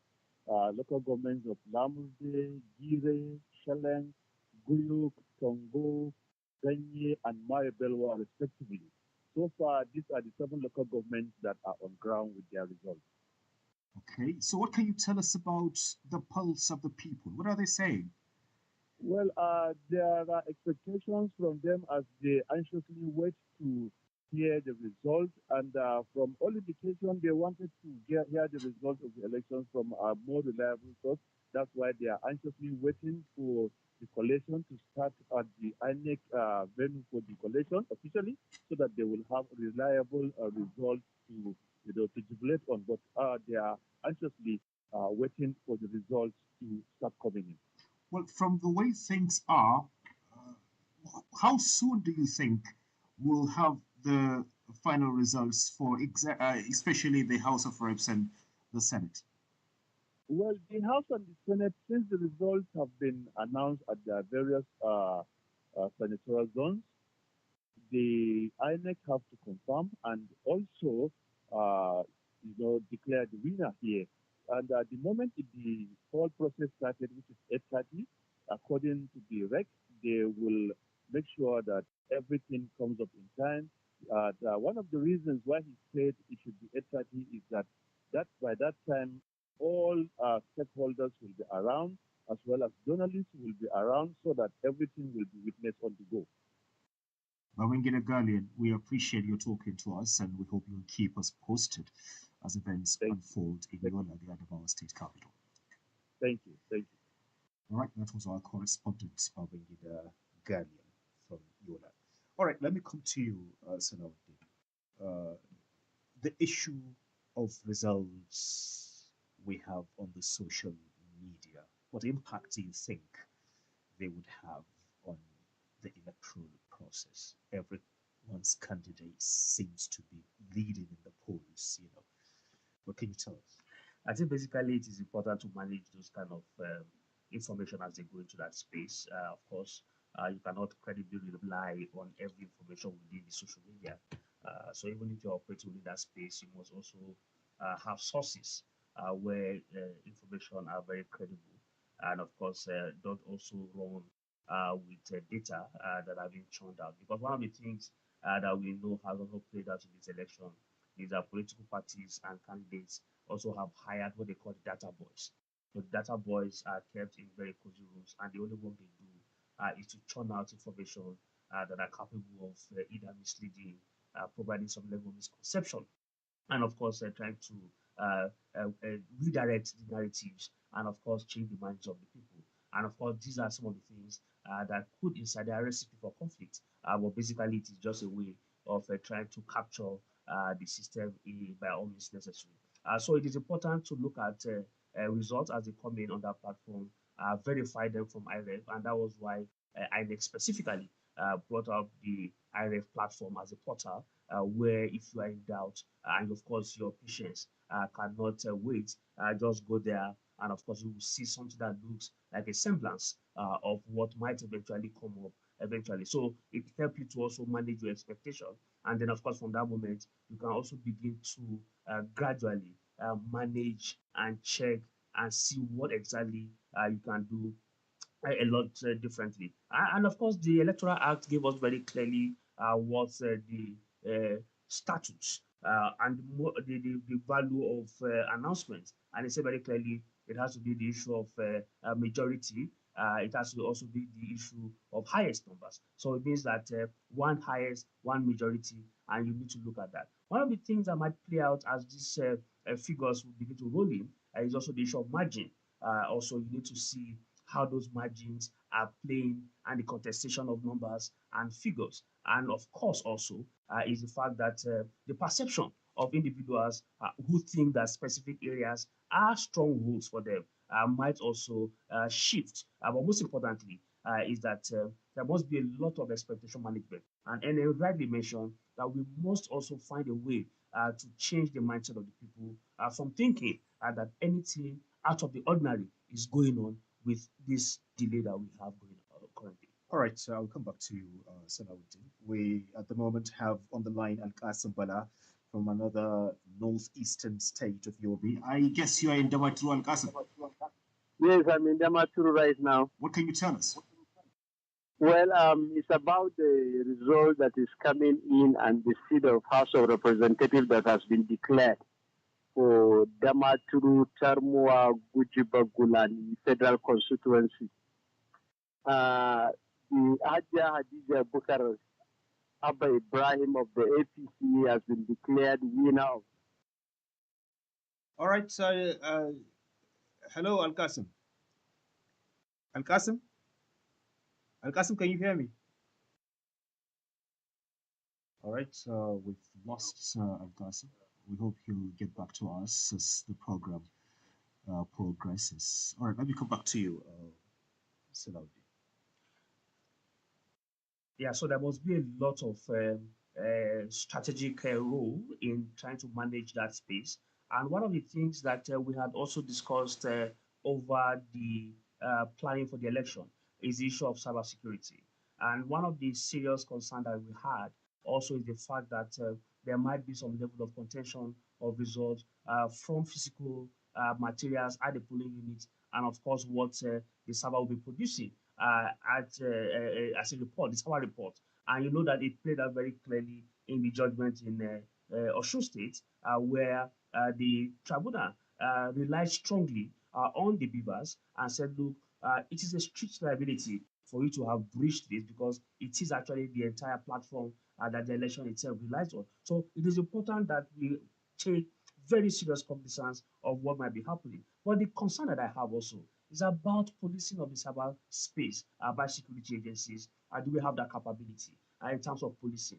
Our election over the years has seen a lot of boots on the ground, but now we have an innovation in the election where we need to police that space. How well are we doing with that? That is number one. Number two is the fact that if perhaps there is some level of contradiction from what you have in the server report and what is presented physically, which one becomes the official admissible result or tenable that will be used? It is also something that we also need to pay a lot of attention to. And remember that NEC also has raised some concern, even though they also gave the confidence that the entire firewalls of the server is actually very hack-proof and that this is actually very secured. But of course, the fact is that we know too well that the issue of cybersecurity and the cyberspace must be guaranteed for people to have a lot of confidence. But most importantly is the fact that we have this level of increased confidence because of the digital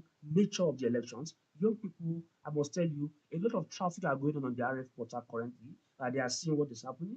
They are seeing those things as they pour in. And of course, it is now making them to begin to understand the direction where the entire movement is going. And of course, it is also suggesting that whichever way it goes eventually, Nigerians are largely going to win. One, because it also tells us what we need to begin to do after these elections, so that we begin to prepare. This election has told us that some traditional political parties need to brace up, never need to take people for granted anymore. That the third force has also emerged. Who says that the fourth force might also emerge in the coming years because there seems to be some shift in the political knowledge and understanding of people. There is some level of active citizenship that has been thoroughly activated. People now understand well before now that, look, you just cannot come and tell us what used to be the case. For instance, now, the issue of pipe water giving you good road is no longer very conventional in campaigning. You must be very articulate. You must have structured program. You must be able to present a number of agenda that resonates with the people before they can begin to even look in your direction. All right, Salahuddin, let me come back to you, Ene. Take us through the processes. What are those criteria that are set for someone to win the presidential election? What conditions does the person have to meet to win the presidential election? Because there are times you'll find people at polling stations, in a state, the local government level, they see themselves winning, and all of a sudden they're told that they have lost. Is it all about the number of votes the person has? Yeah, so that is the challenge we have had over time, and that's why even the little argument at the procedure, on the procedure and processes of voting, and who does what, and what happens at one time or the other within the voting period, we realize that there is still contention about that. A lot of people are still not very knowledgeable of basic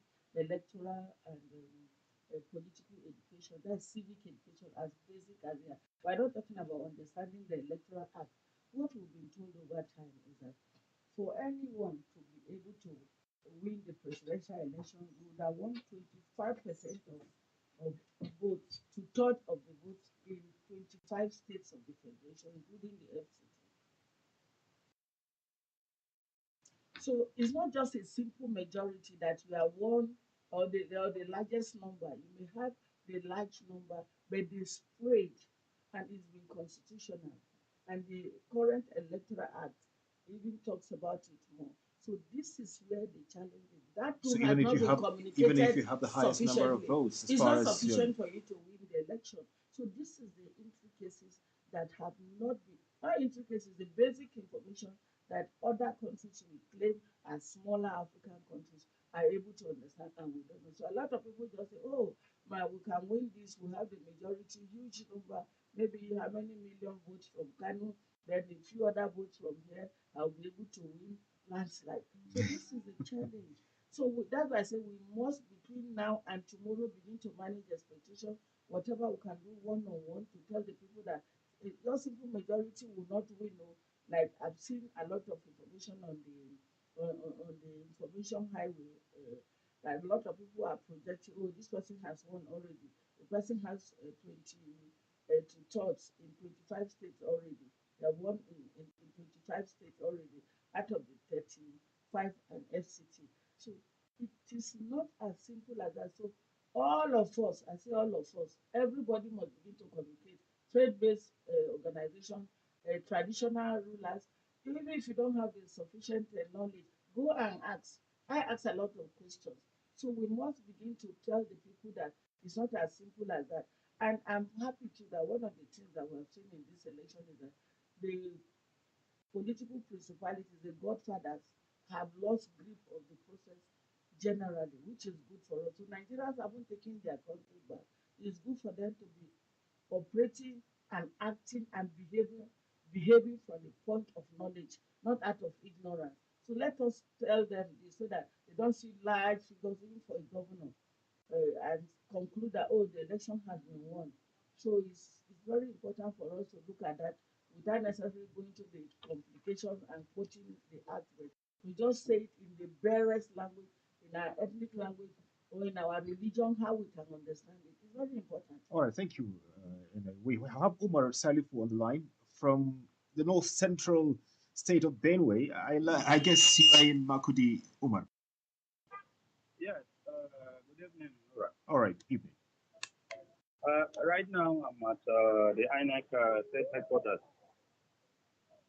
where collation of results has, begun about 2 hours back.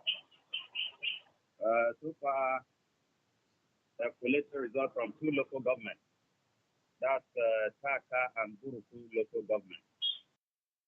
But as you are aware, there were other polling units where elections couldn't take place yesterday because of the non-functionality of beavers. Those places had their elections today. And the collation center, they've decided to suspend collation till 9 o'clock when officers have started returning their results from the various local governments. And at the INEC headquarters here, the security is beefed up and everywhere seems calm. So, hello? Yeah, hello. Umar, so when Hello. are the rest of the results expected to arrive? Hello. When are we expecting the rest of the results, Umar? Okay, like I said, with the State Collation Center, they've received results from two local governments so far. So the other ones have been awaited. They've taken a break to resume by 9 o'clock. So can you tell us what the mood of the people is like there? Hello? How are the people? What's their mood? The pulse of the people? The people here, they are calm and they are patiently awaiting the outcome. All right, Umar Sadu, we look forward to hearing from you. By the time the results are out, I know you're calling to let us know what has transpired. Thank you for talking to us, Umar Salifu from Makudi, the Benue State capital. Well, we're gradually bringing this program to a close. Let me come to you, Salawuddin. We're preparing for the announcement of the winner of the presidential election. What would you want to see, especially going by the fact that prior to the election, in the build-up to the polls, there were a number of polls that were conducted, and they suggested certain candidates as the likely winners of the elections. Was it go that way? Yeah, basically, I also followed some of those polls, and of course, as a researcher, I also try as much as possible to look at one the demographics of those who actually participated in those polls, looking at their sex, the level of education, where they are located, where they are coming from, and of course, all of those things, even the age sometimes can determine the results of a particular poll. And of course, what is their location? Are they rural or urban dwellers? These are some of the things that contribute. And of course, it is also important to let you know that there are just less than 20 million social media accounts in Nigeria generally, and those who actually do the actual voting don't even have social media accounts. So 70% of actual voters, 80% are not even on social media. And that for me is also some of the fault lines that you find in all of those particular reports. And of course, you ask yourself, even on the social media, the elites who are always present, how many of them actually went ahead, underwent this through the process and took their PVCs. So that in itself is also an issue. Even if you took how many of them actually went out and they voted. So that for me is an issue that we really need to pay a lot of attention to. But most importantly is the fact that it may not go in that direction. We may see some kind of surprises because obviously the people at every level would actually put their own voice to the ballot, and the result will speak on that note. Enede, as Nigerians eagerly wait for the announcement of the winner of particularly the presidential election, what would you tell them? To be calm, to continue to be responsible, and that Nigeria will deliver to them. And not only the presidential election, we are interested in all the elections, and We are eager to see what will happen in 2 weeks' time. That is for the state level election, which is so important because at that level of governance, life can be better for the people from the experience we have had so far. So that should be the factor we will see. So Nigerians are simply good people and we can make them better by the way we communicate with them. So we should communicate properly between now and tomorrow. All right, we thank you very much indeed. Ene Ede is a development analyst, and Salahuddin Hashim is director of programs, Clean Foundation. We appreciate you having time to be with us this evening, and we look forward to having you as we await the results of the elections going forward. Thank you very much for having me. All right, listener, thank you very much indeed for being with us. We appreciate your time and would like to let you know that live streaming continues on YouTube at Radio Nigeria Network and Facebook.com/Radio Nigeria. That is live streaming continuing on YouTube at Radio Nigeria Network and Facebook.com/Radio Nigeria Network. Thanks to the Director of Programs, thanks to the Director of News, thanks to the Director ICT, and thanks to the online crew as well as the outside broadcast crew. I am Noura Muhammad. Thank you for being with us and have a